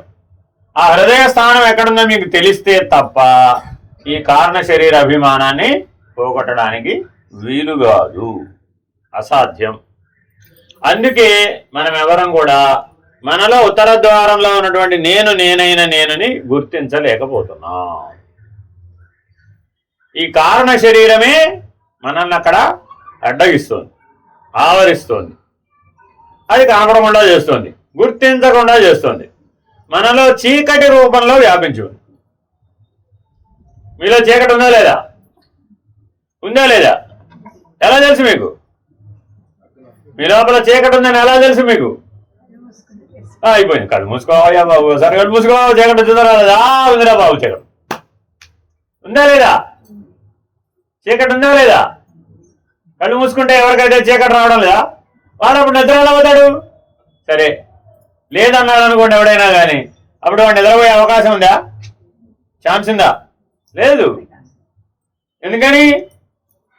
ప్రకాశం అంటే మేము మెలకువ కదా, మరి ఎప్పుడూ మేలుకోవడమే. మరి అలాంటిది రాత్రి ఏం చేశారేమిటి? రాత్రి చేయడానికి ఏముంటుందండి పని? హాయిగా నిద్రపోవడమే. కాబట్టి అక్కడ చీకటి లేకపోతే నిద్ర అనే ఛాన్సే లేదు. కాబట్టి మీ సుషుప్త్యావస్థ ఆ కారణ శరీర అభిమానం చేత ఏర్పడుతుంది. మీ హృదయాన్ని ఆవరించినటువంటి కారణ శరీర అభిమానం చేత ఏర్పడుతుంది. కాబట్టి శరీరత్రయం అవస్థాత్రయం ముడిపడి ఉన్నాయి ఒకదానితో ఒకటి. ఒక ముడి విప్పేస్తే మరొక ముడి విప్పడం ఈజీయే. అర్థమైందండి? శరీరత్రయాన్ని విప్పాలి, తాపత్రయాన్ని విప్పాలి, గుణత్రయాన్ని కూడా విప్పాలి. ఈ మూడింటిని విప్పితే తప్ప అవస్థాత్రయాన్ని విప్పగలిగే సామర్థ్యం రాదనమాట.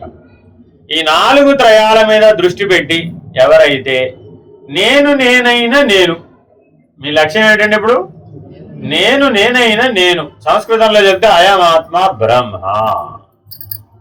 అయమన్నా నేనే, ఆత్మన్నా నేనే, బ్రహ్మన్నా నేనే. నేనైనా అంటే అయమాత్మ బ్రహ్మ అనేటటువంటి వివేకాన్ని, అనేటటువంటి లక్షణాన్ని ఎవరైతే జీవించి ఉండగా, అంటే అప్పుడు ఏమి ఉండాలి? శరీరం ఉండాలి, ప్రాణం ఉండాలి, మనసు ఉండాలి, బుద్ధి కూడా ఉండాలి, నేను కూడా ఉండాలి. కానీ ఏ స్థితిలో ఉండాలి? అన్నీ మళ్ళీ 5 వేరు లేవు. ఇక నేనంటే 5 ముక్కలు లేవు ఇప్పుడు అక్కడ, అని కలిసిపోయినాయి. కలిసిపోయి ఏం మిగిలిపోయింది? అయం ఆత్మ బ్రహ్మ. శరీరము బ్రహ్మమే, ప్రాణము బ్రహ్మమే, మనసు బ్రహ్మమే, బుద్ధి బ్రహ్మమే, నేను బ్రహ్మమే, ఉన్నది బ్రహ్మమే. ఇంకా అంతే. అక్కడికి వచ్చి ఆగిపోతాడు. ఇక అక్కడికి వచ్చి ఆగిపోగానే సర్వబంధాన్ ప్రముచ్యతే సకల బాధాన్ ప్రముచ్యతే. వాడికి మోక్షం అనే అవసరం లేదు. ఇప్పుడు ఈ ప్రయాణం ఎవరు చేస్తారు? ముముక్షువైన వాడే చేస్తాడు, మిగిలిన వాళ్ళు చేయరు. ఈ ప్రయాణం పట్టుకెళ్ళి అందరికీ చెప్పారు అనుకోండి, అర్థమేనండి? మీ సందు చివర కిరాణా షాప్కి వెళ్ళి ఎవరెవరైతే కిరాణా షాప్లో సామాన్లు కొనుక్కోవడానికి వచ్చారో వాళ్ళందరికీ నేను గురించి చెప్తానండి అని ఓ బోర్డు పెట్టుకుని కూర్చున్నాం అనుకోండి, ఎవరైనా దగ్గరకు వస్తారంటవా? ఎవరారా? అదేమి వాళ్ళకేవో పప్పులు ఉప్పులు కావాలి, కానీ నేను గురించి వాళ్ళకి అక్కర్లేదు. అంతేనా కదా? ఎవరికి కావాలి దీంతో పని అంటే? ముముక్షువైన వాడికి మాత్రమే, మోక్షన్న అవసరం అనేటటువంటి లక్షణం ఉండి జీవించేటటువంటి వాడికి మాత్రమే ఈ అయమాత్మ బ్రహ్మం అనే వివేకంతో పని. కాబట్టి మానవుడు సాధించగలిగినటువంటి అత్యుత్తమ వివేకం ఏమిటి? నేనైన నేను. ఈ అత్యుత్తమ వివేకాన్ని సాధించి అసలు బంధమే లేదు అన్న నిర్ణయంలో జీవించడమే భవసాగర తరణం. భవసాగరం అంటే ఏమిటి? పుట్టడం పోవడం. అర్థమైందండి? మధ్యలో ఎంత టైం అయినా ఉండవచ్చు. పుట్టడం పోవడం అనే ఈ రెండు పనులు మరల చేయడం. అర్థమైందండి? సముద్రంలో వచ్చిన అల ఎన్నిసార్లు వస్తుంది?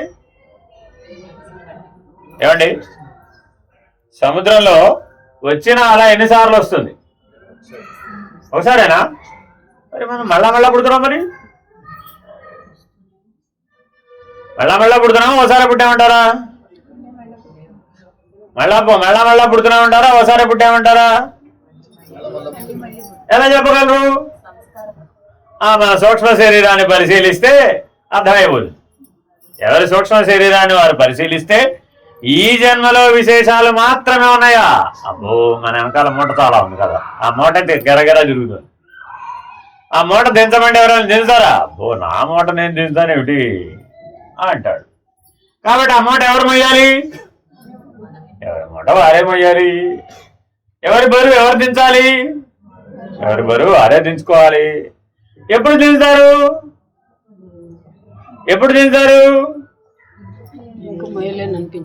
మొయ్యలేని అనిపించినప్పుడు అట. బరువు అయిన నాడు, ఏనాడు బరువు అయితే ఆనాడు దించుతాం అనుకున్నారండి. ఏనాడు బరువు అవుతుందట? ఆఖరి శ్వాసలో ఈ సూక్ష్మ శరీరం బరువు.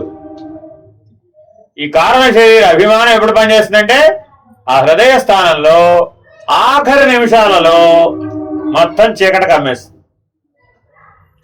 ఈషణ్మాత్రపు వెలుగు కూడా ఉండదండి, కించిత్. అందుకే ముందు దీపం వెలిగించి గుడిలో పెట్టేది. గుడిలో దీపం ఇందాక రహస్యం చెప్పింది అదే, ఎదుర్కొండానే ఉంది. ఆ హృదయ మందిరమే గుడిలో దీపం.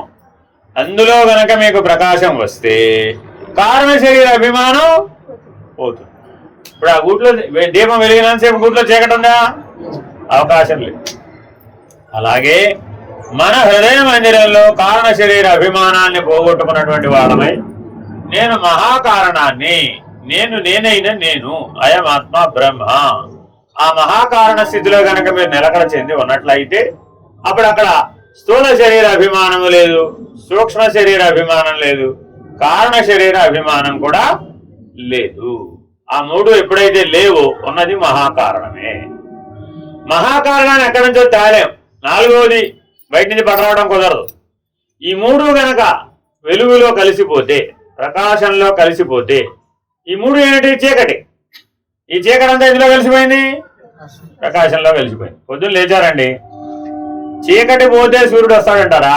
సూర్యుడు వస్తే చీకటి పోతుందంటారా? బాగా ఆలోచించండి. తెల్లవారుజామున లేచే అలవాటు ఉంది అందరికి లేవడం లేదా? అందరు లేస్తున్నారా? పోన్లే. సూర్యోదయాత్ పూర్వం లేవకపోతే వాడు పనికిరాడు ఈ విచారణ. చీకటి వెళ్ళిపోతే సూర్యుడు వస్తాడా? సూర్యుడు వస్తే చీకటి వెళ్ళిపోతుందా? కరెక్టేనా? గ్యారంటీనా? రోజు చూస్తున్నారు అదే విషయాన్ని. ఇందాకేగా చెప్పాం, మనలో ఉన్న నేననే ప్రకాశం ఎప్పుడూ ఉందా? ఒకప్పుడే ఉందా? మనకెందుకు కనబడలేదు? మనకెందుకు కనబడలేదు? మనకెందుకు కనబడలేదు? మనకెందుకు కనబడలేదు? మనకెందుకు కనబడలేదు? మనకెందుకు కనబడలేదు? గూట్లో దీపం అది. ఆ నేనేంటండి? గూట్లో దీపం. కాబట్టి ఎక్కడ చూడాలని? హృద్గుహలో మాత్రమే చూడాలి. బయట ఎక్కడో చూద్దాం అనుకుంటున్నాం. అర్థమైందండి? బయట చూద్దామంటే వీలుందిగా. అందుకని మీరు ఈశ్వరారాధనలో దీపం చూపెట్టమంటాం. బాబు స్వామివారికి దీపం చూపెట్టండి అంటాం. అక్కడ ఒక మంత్రం చదువుతారండి. విన్నారా? నిన్న కూడా చదివారు. ప్రతి చోట తప్పక ఆ మంత్రం చదువుతారు. మనం జీవుడు చిట్ట చివరి నిర్గమనం చేసేటప్పుడు గాఢాంధకారం అనే నరకంలో నుంచి వెళతాడు. ఏ నరకంలో నుంచి వెళతాడు? ఒక్కసారిగా పంచప్రాణములు తన లోపలికి తీసుకోబడతాయి. ఇప్పటి వరకు మనకు అనుభవం లేదు, వచ్చినప్పుడు తెలుస్తుంది. తెలిసిన తర్వాత చేసేది ఏమి లేదు. అప్పుడు అవన్నీ లోపలికి ఇలా ఏడవబడతాయట. ఎలా పోతాయండి అవి? ఏడవబడతాయట. సక్ చేయబడుతుందట. ఎలా అయ్యా అంటే తిరిగి రాని పద్ధతిగా మళ్ళా బయటికి రావిహ. అలా ఏడవబడ్డప్పుడు నీలో ఉన్నటువంటి నవనాడులు కూడా ఇలా కుంచుకుపోతాయట. ఇప్పుడు ఇలా పనిచేస్తున్నాయి, అప్పుడు పనిచేయవిగా ఇలా ముడుచుకుపోతాయి. ఆ ముడుచుకుపోయి నీ సూక్ష్మ శరీరం ఈ కారణ శరీర అభిమానం అనే చీకటిలోకి ముడుచుకుపోతుంది. సూక్ష్మ శరీరం వెళ్ళి కారణ శరీర అభిమాని హృదయ స్థానంలో ఉన్న చీకటిలోకి ముడుచుకుపోతుంది. ముడుచుకుపోగానే కన్ను పొడుచుకున్నా కానరాని చీకటిలోకి జీవుడు వెళ్ళిపోతాడు. నేనుంది ఇప్పుడు అక్కడ. ఉందా లేదా? ఏ నేనుంది? కారణ శరీరం నేనుంది. ఆ కారణ శరీరమే జీవుడు. ఆ నేను ఆ గాఢాంధకారాన్ని అనుభవిస్తూ భయపడిపోతూ ఉంటాడట. ఎంత భయపడిపోతుంటాడయ్యా! మీకు చీకటి అంటే భయం ఉందా లేదా? ఇక్కడ ఎవరికన్నా ఏమండి? చీకటి అంటే ఎవరికైనా భయం ఉందా లేదా? ఎవరికి లేదా చీకటి అంటే భయం? ఉందా లేదా? ఉన్నవాళ్ళు ఉంటారండి. అయ్యో మీకు అడుగు చెప్తున్నాయ్యో, ఊరికే కళ్ళతో మాట్లాడుతున్నారు అంతే. 10 మందిలో చెప్తే బాగోదని. అర్థమైందండి? ఈ సకల భయాలు కలిసి చీకటిగా మారుతుంది. చీకటి అంటే భయం కాదు, సకల భయాలు కలిసి చీకటిగా మారిపోతుంది. మీ దగ్గర చాలా భయాలు ఉంటాయండి, మీరు చెప్పడం లేదు కానీ ఇలాంటి చీకటి అంటే భయాలన్న అంశాలు చాలా ఉంటాయి. అర్థమైందండి? పొద్దున్న లేవకపోతే భయం, మీ శ్రీవారు మిమ్మల్ని పలకరించకపోతే భయం, మీ పిల్లలు మీతో మాట్లాడకపోతే భయం, ఎవరన్నా కనపడకపోతే భయం, కనబడితే భయం. గోళ్ళు ఉంటాయి మన దగ్గర. ఏదైనా ఒక వికారమైన స్థితిని చూస్తే భయం, ఎవరైనా చనిపోతూ ఉంటే చూస్తే భయం, రక్తపాతం జరిగితే భయం. ఇప్పుడన్నా వెళ్ళారా హాస్పిటల్లో? బాగా ఎడాపెడా కోసేస్తారు కదా, ఓపెన్ హార్ట్ సర్జరీ చేస్తారు కదా. అప్పుడు ధైర్యంగా చూస్తారా? పక్కన నిలబడి ధైర్యంగా చూస్తారా? చూడరా? చూడలేరా? మరి ఎలాగంటే డాక్టర్లు ఎలా చూస్తారు? మరి సిజేరియన్ చేయాలా వద్దా? ఎలా చేస్తారు? కోసేస్తాడు అంతే, నిలువుగా అడ్డంగా కోసేస్తాడు అంతే. మరి రక్తం వస్తారా? రక్తం చూసి భయపడేవాళ్ళు అంటారా? చిన్న వేలు తెగితే తెలుస్తుంది మన సంగతి. అక్కడ దాకా కళ్ళ ఇంకా అంతే సంగతి. ఆ వేలు పట్టుకుని తగ్గేదాకా ఆ వేలునే చూస్తూ ఉంటాడు అంతే. కాబట్టి మనలో నెంబర్ అనేకమైన భయాలు ఉన్నాయండి. ఆస్తి పోతే భయం, చదువు రాకపోతే భయం, ఉన్నది పోతే భయం, లేనిది వస్తే భయం. అర్థమైందండి? కరోనా అంటే భయపడాలి కదా అందరం. పడని వాళ్ళు ఉన్నారు ఇక్కడ. పడలేదు కాబట్టే కదా ఇక్కడ ఉన్నాం మేము. పడి ఉంటే ఏనాడో పోయి ఉంటారు. అంటే భయము మృత్యువు రెండు కలిసి ఉంటాయి అన్నమాట. ఇది గుర్తుపెట్టుకోవాలి. భయం ఎప్పుడైతే మనల్ని ఆవహించగానే మృత్యు అనే వృత్తి మేల్కొంటుంది. మన చిత్తవృత్తులోంచి మరణం అనే వృత్తి మేల్కొంటుంది. ఈ చీకటి, ఆ భయము, ఈ మరణము ముప్పేట దాడి జరుగుతుంది. ఈ మూడు కలిసి ఒకేసారి దాడి చేస్తాయి జీవుడి మీద. అప్పుడు ఏమైపోతాడు? బంధమా మోక్షం అప్పుడు తేలాలి. ఎప్పుడు తేలాలి? ఈ మూడు కలిసి పనిచేసినప్పుడు తేలాలి నువ్వు బంధం ఉన్నావా మోక్ష ముక్తుడవే ఉన్నావా మరి తెలుసునంటారు అప్పుడు ఆహా శరీరత్రయం లోపల తాపత్రయం లోపల గుణత్రయం లోపల అవస్థాత్రయం లోపల మునిగిపోయేటటువంటి వాడికి అవకాశం లేదు. కాబట్టి నాటికి ఇప్పుడే తప్పక చేతు. అప్పుడెప్పుడో చేస్తానంటే ఆ రోజున ఆ చివరి శ్వాసలో ఆ క్షణంలో బంధమోక్ష విచారణ చేస్తానండి. అంతేగా బుద్ధిగా జీవుడు. ఇప్పుడు మరి ఆ భయం బుద్ధికే కదా, ఆ మృత్యు అనే వృత్తి కూడా దానికే కదా, ఆ చీకటి కూడా బుద్ధికే కదా. పరిష్కారం ఏంటి? విచారణ, బంధమోక్ష విచారణ ఆఖరి శ్వాసలో చేద్దామని జాగ్రత్తగా వాయిదా వేస్తూ పోయాడు. మనం ఎప్పటిదాకా వాయిదా వేశాం? బంధమోక్ష విచారణ. ఇప్పుడు ఈ పని చూడవయ్యా బాబు, ఇప్పుడు బంధం మోక్షం సంగతి మనకి ఎందుకు? అసలే పిల్లాడిని అర్జెంటుగా 7ంటికి ఆటోకు పంపించాలి, టిఫిన్ పెట్టాలి. బంధమా మోక్షమా అని అడిగింది ఇవిడ వాళ్ళ ఆయన్ని. ఏమంటాడు అప్పుడు వాళ్ళ ఆయన? ముందు ఆయన ఆటో ఎక్కించి పంపించోడమ్మా, నాకు అర్థం కాదు. అదే బంధం మోక్షం. వాడు ఇప్పుడు ఇక్కడ కూర్చొని యాగి చేసేయంటే నాకు వస్తుంది తెప్పల వాడిని దించాలి, మళ్ళీ నిన్ను దించాలి, వెళ్ళాలి. ఇప్పుడు బంధమా మోక్షమా చెప్పక్కర్ల, బంధం అని తెలిసిపోతూనే ఉంది ఆల్రెడీ. కాబట్టి బంధమోక్ష విచారణ ఎప్పుడు ఆఖరి శ్వాసలో చేస్తానంటే సాధ్యపడదు, అప్పుడు అయ్యే పని కాదు. అప్పటికి ఇప్పుడే చేయాలి. కాబట్టి బుద్ధిని చక్కగా విచారణశీలంగా ఉంచి ఎప్పటికైనా సరే నేనైనా నేను అనేటటువంటి నిర్ణయంలో ఉండాలి. అయమాత్మ బ్రహ్మ అనే నిర్ణయంలో ఉండాలి. అది మాత్రమే, ఇది ఒక్కటే సొల్యూషన్. ఇప్పుడు మన కళ్ళ ముందు ఉందా లేదా? ఇప్పుడు ఇది ఎక్కడికైనా వెళ్ళాలా? కాశీ వెళ్ళాలా వద్దా? అయమాత్మ బ్రహ్మని తెలుసుకోవాలంటే లేదా? రామేశ్వరం వెళ్ళాలా వద్దా? వైకుంఠం వెళ్ళాలా వద్దా? కైలాసం వెళ్ళాలా వద్దా? అవన్నీ ఉన్నాయండి, లేవు అనుకున్నారు. సమిష్టి సూక్ష్మంలో ఉన్నాయి అవన్నీ. మన వ్యష్టి సూక్ష్మంలో ఎట్లా అయితే మనకు సంబంధించిన ప్రపంచం, మనకు సంబంధించినటువంటి వ్యవహారం ఎలా ఉందో, సమిష్టి సూక్ష్మంలో దేవతలకు సంబంధించిన వ్యవహారం, సృష్టి, దానికి సంబంధించిన విధి విధానాలు అవన్నీ అక్కడ ఉన్నాయి. వాటినే మనకి పురాణాలు రకరకాల పద్ధతుల్లో అర్థం చేసుకోవడానికి అనువుగా చెప్పినాయి. అర్థమైందంటే లేదనకూడదు. మనకు తెలియదనవన్నీ లేనివని, తెలిసింది మాత్రమే ఉన్నదని చెప్తే మనం అజ్ఞానంలోకి వెళ్ళి అజ్ఞానంలో అవుతాం అన్నమాట. మనం తెలుసుకోవాల్సింది చాలా ఉండవచ్చు, అవన్నీ తెలుసుకునే ప్రయత్నం చేయాలి. కాబట్టి ఎప్పటికైనా నీకు ఒక లక్ష్యం ఉంది. మానవ జీవితానికి లక్ష్యం ఏమిటంటే ఎప్పుడూ మహాకారణ స్థితిలో నువ్వు నిలిచి ఉండాలి. వ్యష్టి మహాకారణం జ్ఞాత, సమిష్టి మహాకారణం కూటస్థుడు. 2 పేర్లు పెట్టాం నీకు అర్థం కావడం కోసమని. వ్యష్టి మహాకారణం ఏంటండి? జ్ఞాత, అంటే గుర్తించేవాడు, తెలుసుకునేవాడు. ఏ పేరన్నా పెట్టుకో, అన్నీ అర్థమైందండి. శరీరత్రయాన్ని గుర్తించేవాడు, తాపత్రయాన్ని గుర్తించేవాడు, గుణత్రయాన్ని గుర్తించేవాడు, రుణత్రయాన్ని గుర్తించేవాడు, అవస్థాత్రయాన్ని గుర్తించేవాడు, తురియాన్ని గుర్తించేవాడు, తురియ నిష్టలో ఉండేవాడు. ఏని పేరు అవన్నీ ఎవరయ్యా అంటే అంతా జ్ఞాతే. అర్థమైందండి. వ్యష్టికి సంబంధించిన వ్యవహారం అంతా సమస్తం కూడా దేంట్లోది? అంతా జ్ఞాత. ఆ జ్ఞాతకి రెండు ముఖాలు ఉన్నాయి. ఒక ముఖం ఏమిటి? బహిర్ముఖం, వ్యష్టి వ్యవహారం, వాడు పుట్టడం వాడు పోవడం మధ్యలో ఉన్న సకల జీవితం అంతా కూడా ఆ జ్ఞాత యొక్క ఒక ముఖం. మరొక ముఖం ఉంది, దాన్ని పరాంగుఖం అంటారు. అర్థమైందంటే ఏ ముఖం అంటారు దాన్ని? పరాముఖం. పరార్థం మీద వైపు దృష్టి పెట్టాడు అనమాట. ఇదేమో ఐహికార్థం, ఇహలోక అర్థం వైపు దృష్టి పెట్టిన ముఖం ఒకటి. పరాంగుఖం అంటే పరమార్థం మీద దృష్టి పెట్టినటువంటి ముఖం ఒకటి.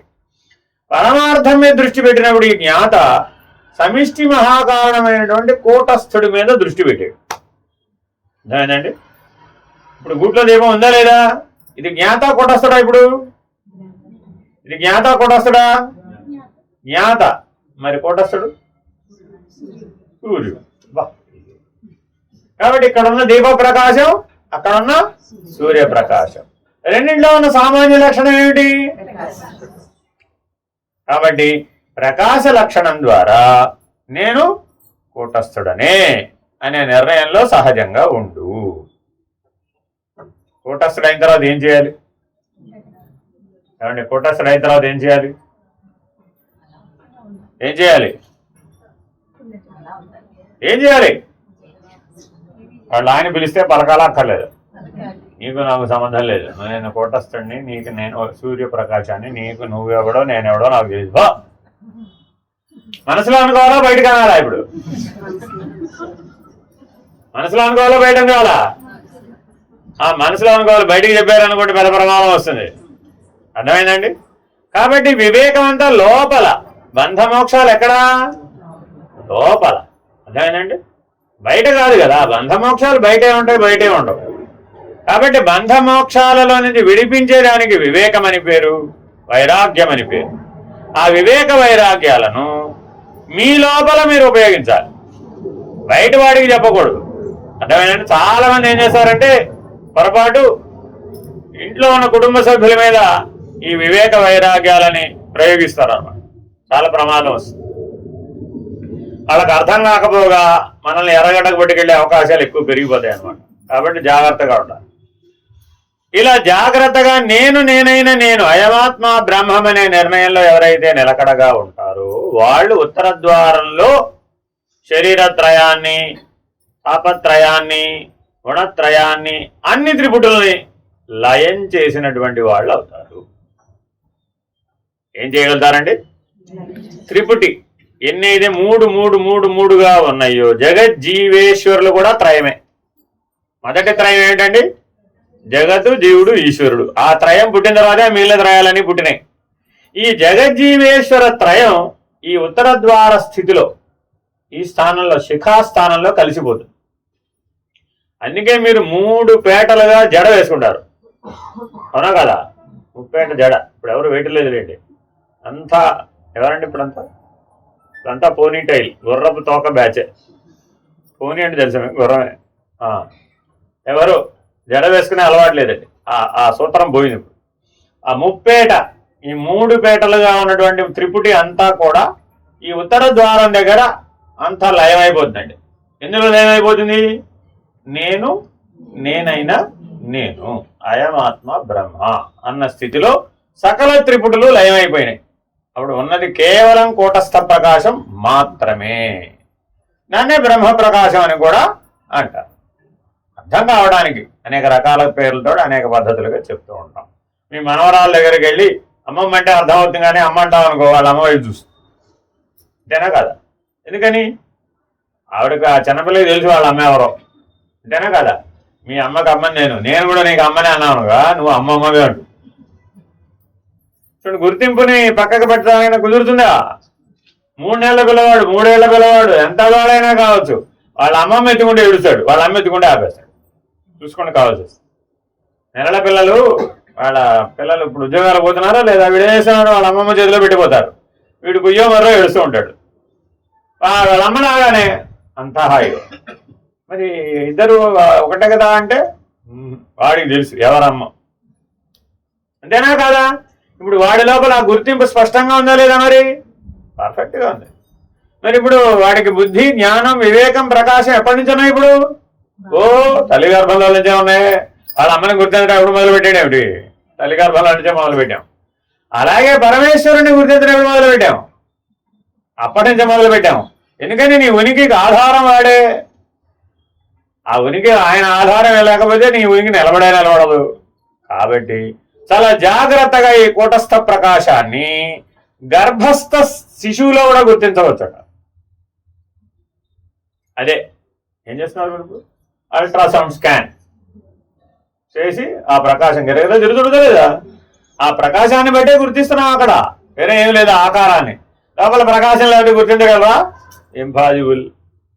కాబట్టి సర్వవ్యాప్తంగా ఈ బ్రహ్మాండం అంతా వ్యాపించిన ప్రకాశమే నీ లోపల కూడా వ్యాపించి ఉన్నది.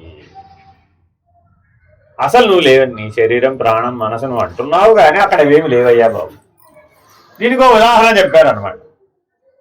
ఒక కొండకి 9 చిల్లులు పెట్టి బోర్లించిందండి. బయటంతా సూర్యప్రకాశం ఉంది, కొండ లోపలేమో దీప ప్రకాశం ఉంది. కొండ ఉన్నట్ట లేనట్టు? కొండకి ఎన్ని చిల్లులు ఉన్నాయి? ఏమిటా కొండ? బాగా కొండ లోపల దీపం ఉంది, ఉందా లేదా? ఇప్పుడు అదెవరు? గుడ్లో దీపం, జ్ఞాత. అర్థమైందండి?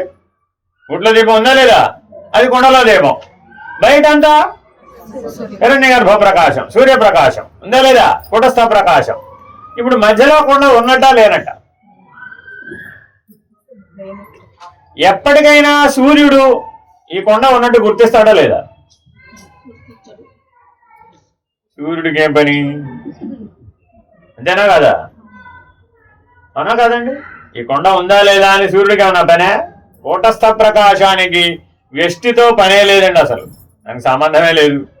నువ్వు ఉంటావో పోతావో బ్రతికున్నావో తిన్నావో పడుకున్నావో ఆ కూటస్థ ప్రకాశానికి ఏమి సంబంధం లేదు. దాని పని ఏమిటి? ప్రకాశించడమే, దానికి వేరే పనేం లేదు. అర్థమైందండి? ఈ ఒక్క మాటతో కర్మభక్తి యోగ మార్గాలు 3 ఎగిరిపోతాయండి. చిన్న విషయం కాదు ఇది, అంత దూరం మీకు చెప్పడం లేదు. కానీ కేవలం ఉన్నది మాత్రం ఏమిటి? బ్రహ్మ ప్రకాశం మాత్రమే, కూటస్థ ప్రకాశం మాత్రమే. దాని వలననే ఈ బ్రహ్మాండం అంతా తయారైంది. ఆ బ్రహ్మాండంలో భాగంగా పంచభూతాలు తయారైనాయి. ఆ పంచభూతాల యొక్క సహాయంతో పాంచభౌతిక దేహం తయారైంది. పాంచభౌతిక దేహం తయారవడానికి కూడా ముందే ఎవరుండాలి? హృదయంలో దీపం, ఆ వెలుగు వెరీ వెరీ ఇంపార్టెంట్. ఆ జ్ఞాత అనే ప్రకాశం ఏర్పడ్డాక దాని చుట్టూనే ఇవన్నీ అల్లుకున్నాయి. అర్థమైందండి? సో మన లక్ష్యం ఎప్పటికైనా ఏమిటి?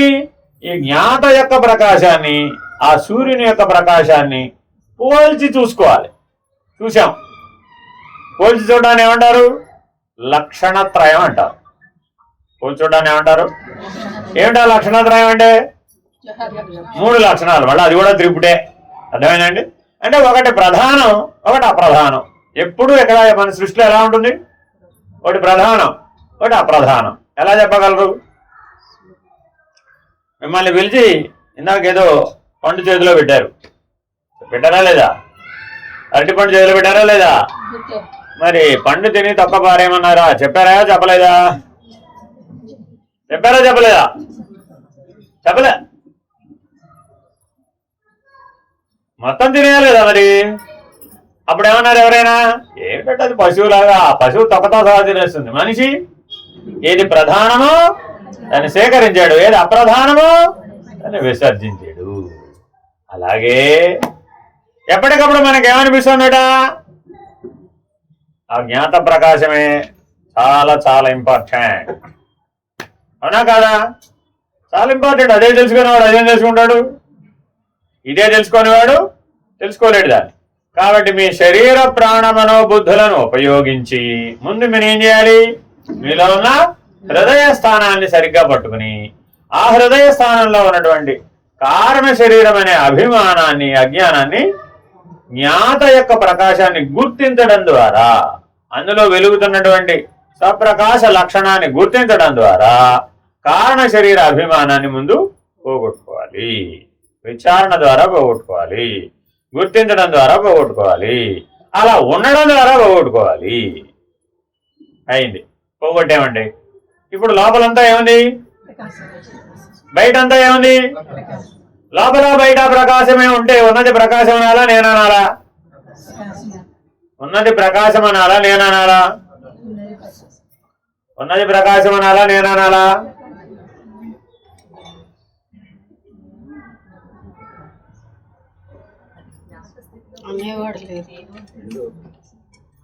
ఉన్నది ప్రకాశం అనాలా నేననాలా? ఉన్నది ప్రకాశం అనాలా నేననాలా? ఇన్నిసార్లు అడుగుతున్నానంటే దాంట్లో రహస్యం ఉన్నట్టేనా కదా? అది అమ్మయ్యా, ఆ రెండింటినీ కలుగుతారేమో అని చూస్తే పొరపాటు కూడా కలవడం లేదు. ఎంతసేపు పార్టే ఈ పార్టే. నేను ప్రకాశమే కదమ్మా. ఉన్నది ప్రకాశము, నేను అని 2 చెప్తున్నామంటే అప్పుడు అక్కడ నేను ఎవరిని? ప్రకాశాన్ని. నీ యొక్క వ్యాపక లక్షణంతో బ్రహ్మాండ వ్యాప్తంగా ప్రకాశంగా నిన్ను నువ్వు గుర్తించుకున్నావు. అప్పుడు ఎవరు నువ్వు? బ్రహ్మము. ఎంతవరకే గుర్తించావు. అప్పుడు అంతే. గూట్లో దీపం వరకే. గూడంతా ప్రకాశిస్తుందా లేదా? అలాగే నీలో ఉన్నటువంటి హృదయ స్థానంలో ఉన్న స్వప్రకాశాన్ని సమాధి నిష్టలో ఎవరైతే గుర్తిస్తారో దాన్నే సాక్షాత్కారం అంటారు. అందరూ కళ్ళు మూసుకుని సమాధి నిష్టలో మునిగిపోతున్నారో లేదా? ఇప్పుడు అసలే రేపటి నుంచి 3 రోజులు మునిగిపోతారట. ఏమైపోతారో ఎవడో కొట్టుకుపోతారేమో ఎక్కడికన్నా. ఈ కొట్టుకుపోయే వాళ్ళందరూ ఒడ్డుకు చేరతారండి.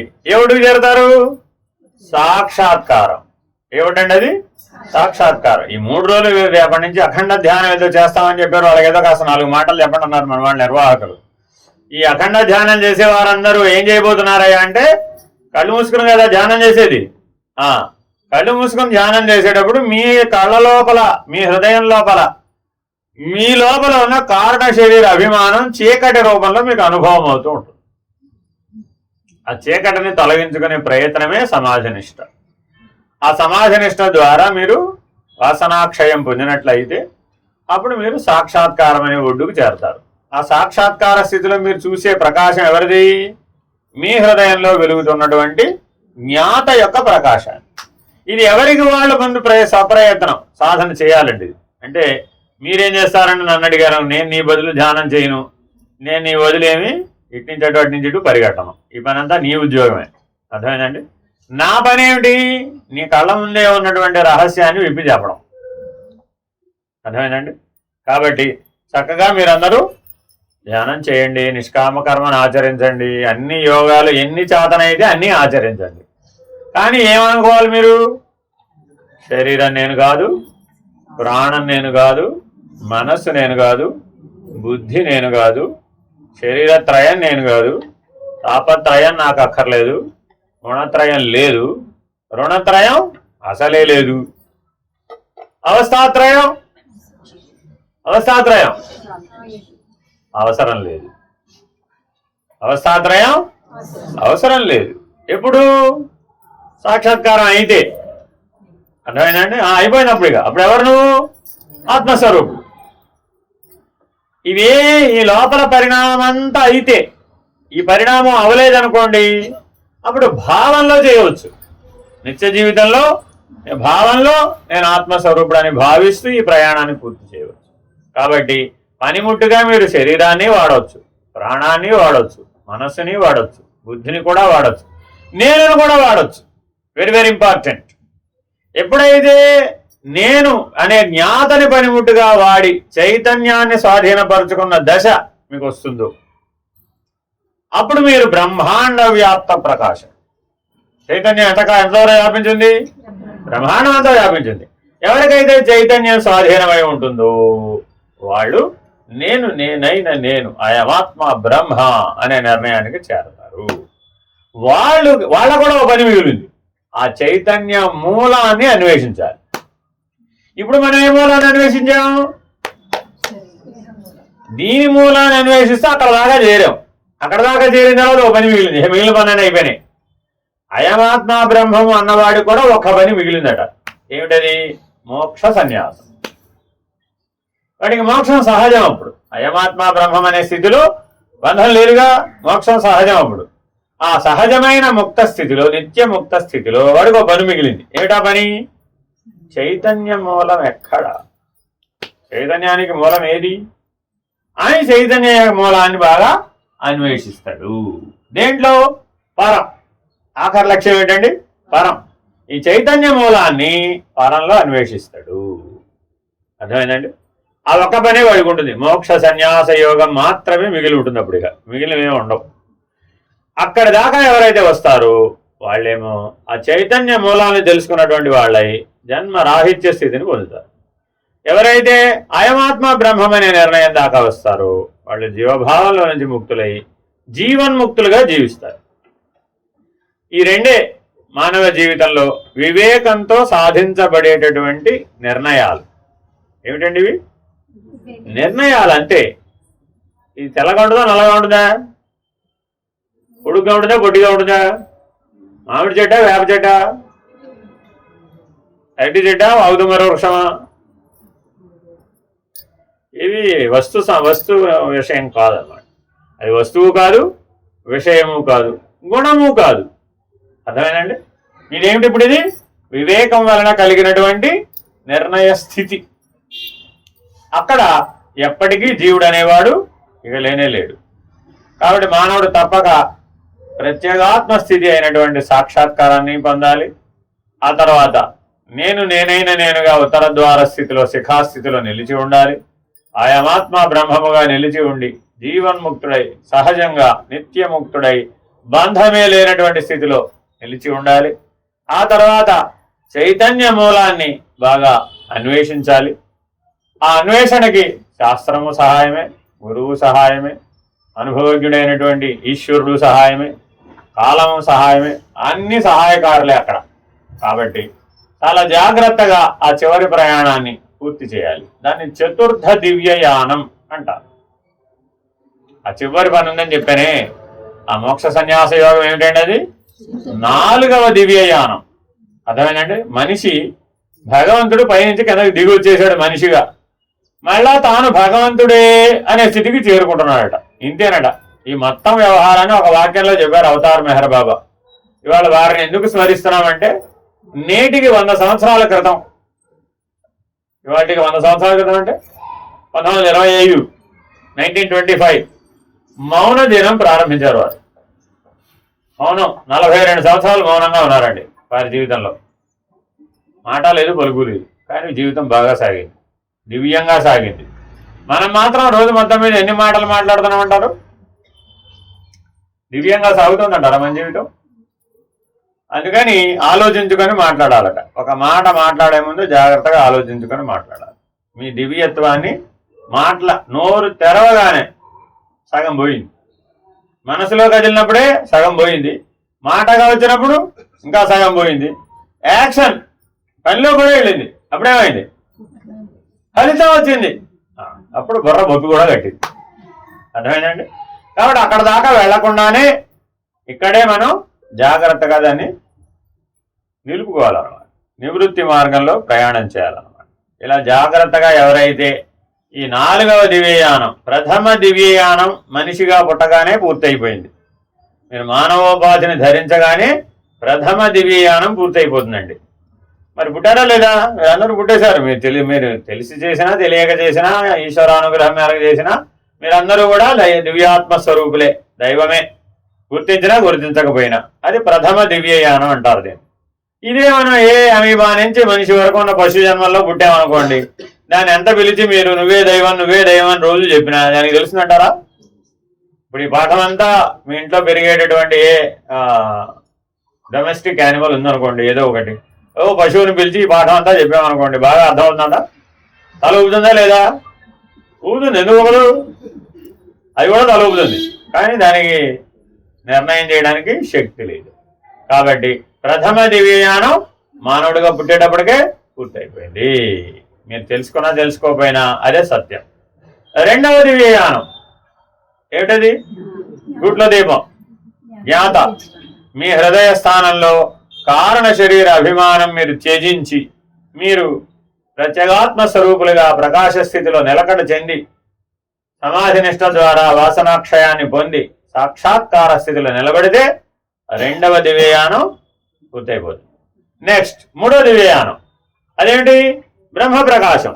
బ్రహ్మాండ వ్యాప్త ప్రకాశం ఎవరైతే ఉన్నారో ఆ బ్రహ్మాండ వ్యాప్త ప్రకాశమే నేనైన నేను, ఆయమాత్మ బ్రహ్మ అని సర్వకాలములందు ఏ కాల కర్మ వశం చేత గాని, ఏ దేశం చేత గాని, ఏ వాసన చేత గాని, ఏ గుణం చేత గాని, అసలు సకల సృష్టి చేత కూడా బాధించబడినటువంటి స్థితికి, బాధితము కానటువంటి స్థితికి, బాంధమే లేనటువంటి స్థితికి సర్వదా మోక్ష స్వరూపుడే. ఆయన స్వరూపమే మోక్షం, ప్రత్యేకంగా మోక్షం వేరే లేదిహ. అలాంటి బ్రహ్మ ప్రకాశ స్థితిలో, బ్రాహ్మీభూత స్థితిలో, బ్రహ్మలీన స్థితిలో, ఇలా ఎన్ని పేర్లైనా చెప్పచ్చు, బ్రహ్మనిష్ఠుడై జీవన్ముక్తుడై ఎవరైతే ఉంటారో అది 3వ దివ్యయానం. ఇక 4వ దివ్యయానం మోక్ష సన్యాసం. అది పరబ్రహ్మం లేదా పరాత్పరం. అర్థం కావడం కోసం అట్లా విడమర్చి చెప్తారు. ఉన్న స్థితి ఎప్పుడైనా ఒకటే, అది ఉన్నది ఉన్నట్లుగా ఉన్నది, లేనిది లేకనే ఉన్నది. ఈ సత్యాన్ని ఎప్పుడు మర్చిపోకూడదు. 1వ దివ్యయానంలో ఉన్నా అది అలాగే ఉంది, 2లో ఉన్నా అది అలాగే ఉంది, 3లో ఉన్నా అది అంతే ఉంది. నిజంగానే నువ్వు 4వ దివ్యయానం పూర్తి చేసి తెలుసుకున్నావు, ఏమైనప్పుడు అది ఉన్నట్లుగానే ఉంది. పరాత్పరం అనేది ఎప్పుడు కదలలేదు, అది అరుగదు, కరుగదు, విరుగదు, మరుగదు, తరుగదు. ఏమిటండి దాని లక్షణాలు? అరుగదు, విరుగదు, కరుగదు, తరుగదు, మరుగదు. ఉన్నాను అనదు. ఆఖరి మాట ఏమిటండి? ఉన్నాను. మనమేమంటున్నామండి? ఇంకా నేను ఉన్నామండి బాబు ఈ లైన్లో, నా సంగతి ఇంకా ఇంకెవరైనా ఉన్నవాళ్ళు ఆయన ప్రసాదం తీసుకోవాల్సినాడు ఉన్నాను అంటున్నాడా లేదా? అంటాడు. ఎందుకని? ఎరుక స్వరూపుడు కాబట్టి. అర్థమైందండి? ఉన్నానన్నంత వరకు ఏ స్వరూపం? ఎరుకే. అర్థమైందండి? ఉన్నదన్నట్లుగా ఉంటే దానికి లక్షణాలు ఉన్నాయి. ఏమిటా లక్షణం? అరుగదు, అరుగదు, కరుగదు, విరుగదు, మొరుగదు, తరుగదు. అర్థమైందండి? ఈ 5టికి 5 సిద్ధాంతాలని పేర్లు. అరుగదు, విరుగదు, కరుగదు, తరుగదు, మొరుగదు. ఉన్నాను అనదు. ఉన్నది ఉన్నట్లు ఉన్నది, లేనిదే లేకనే. హరి ఓం శ్రీ గురుభ్యో నమః. హరి ఓం. పూర్ణమద పూర్ణమిదం పూర్ణాత్ పూర్ణముదచ్యతే పూర్ణస్య పూర్ణమాదాయ పూర్ణమేవావశిష్యతే. ఓం తత్సత్. ఓం శాంతి శాంతి శాంతి. హరి ఓం శ్రీ గురుభ్యో నమః. హరి ఓం. నారాయణ నారాయణ.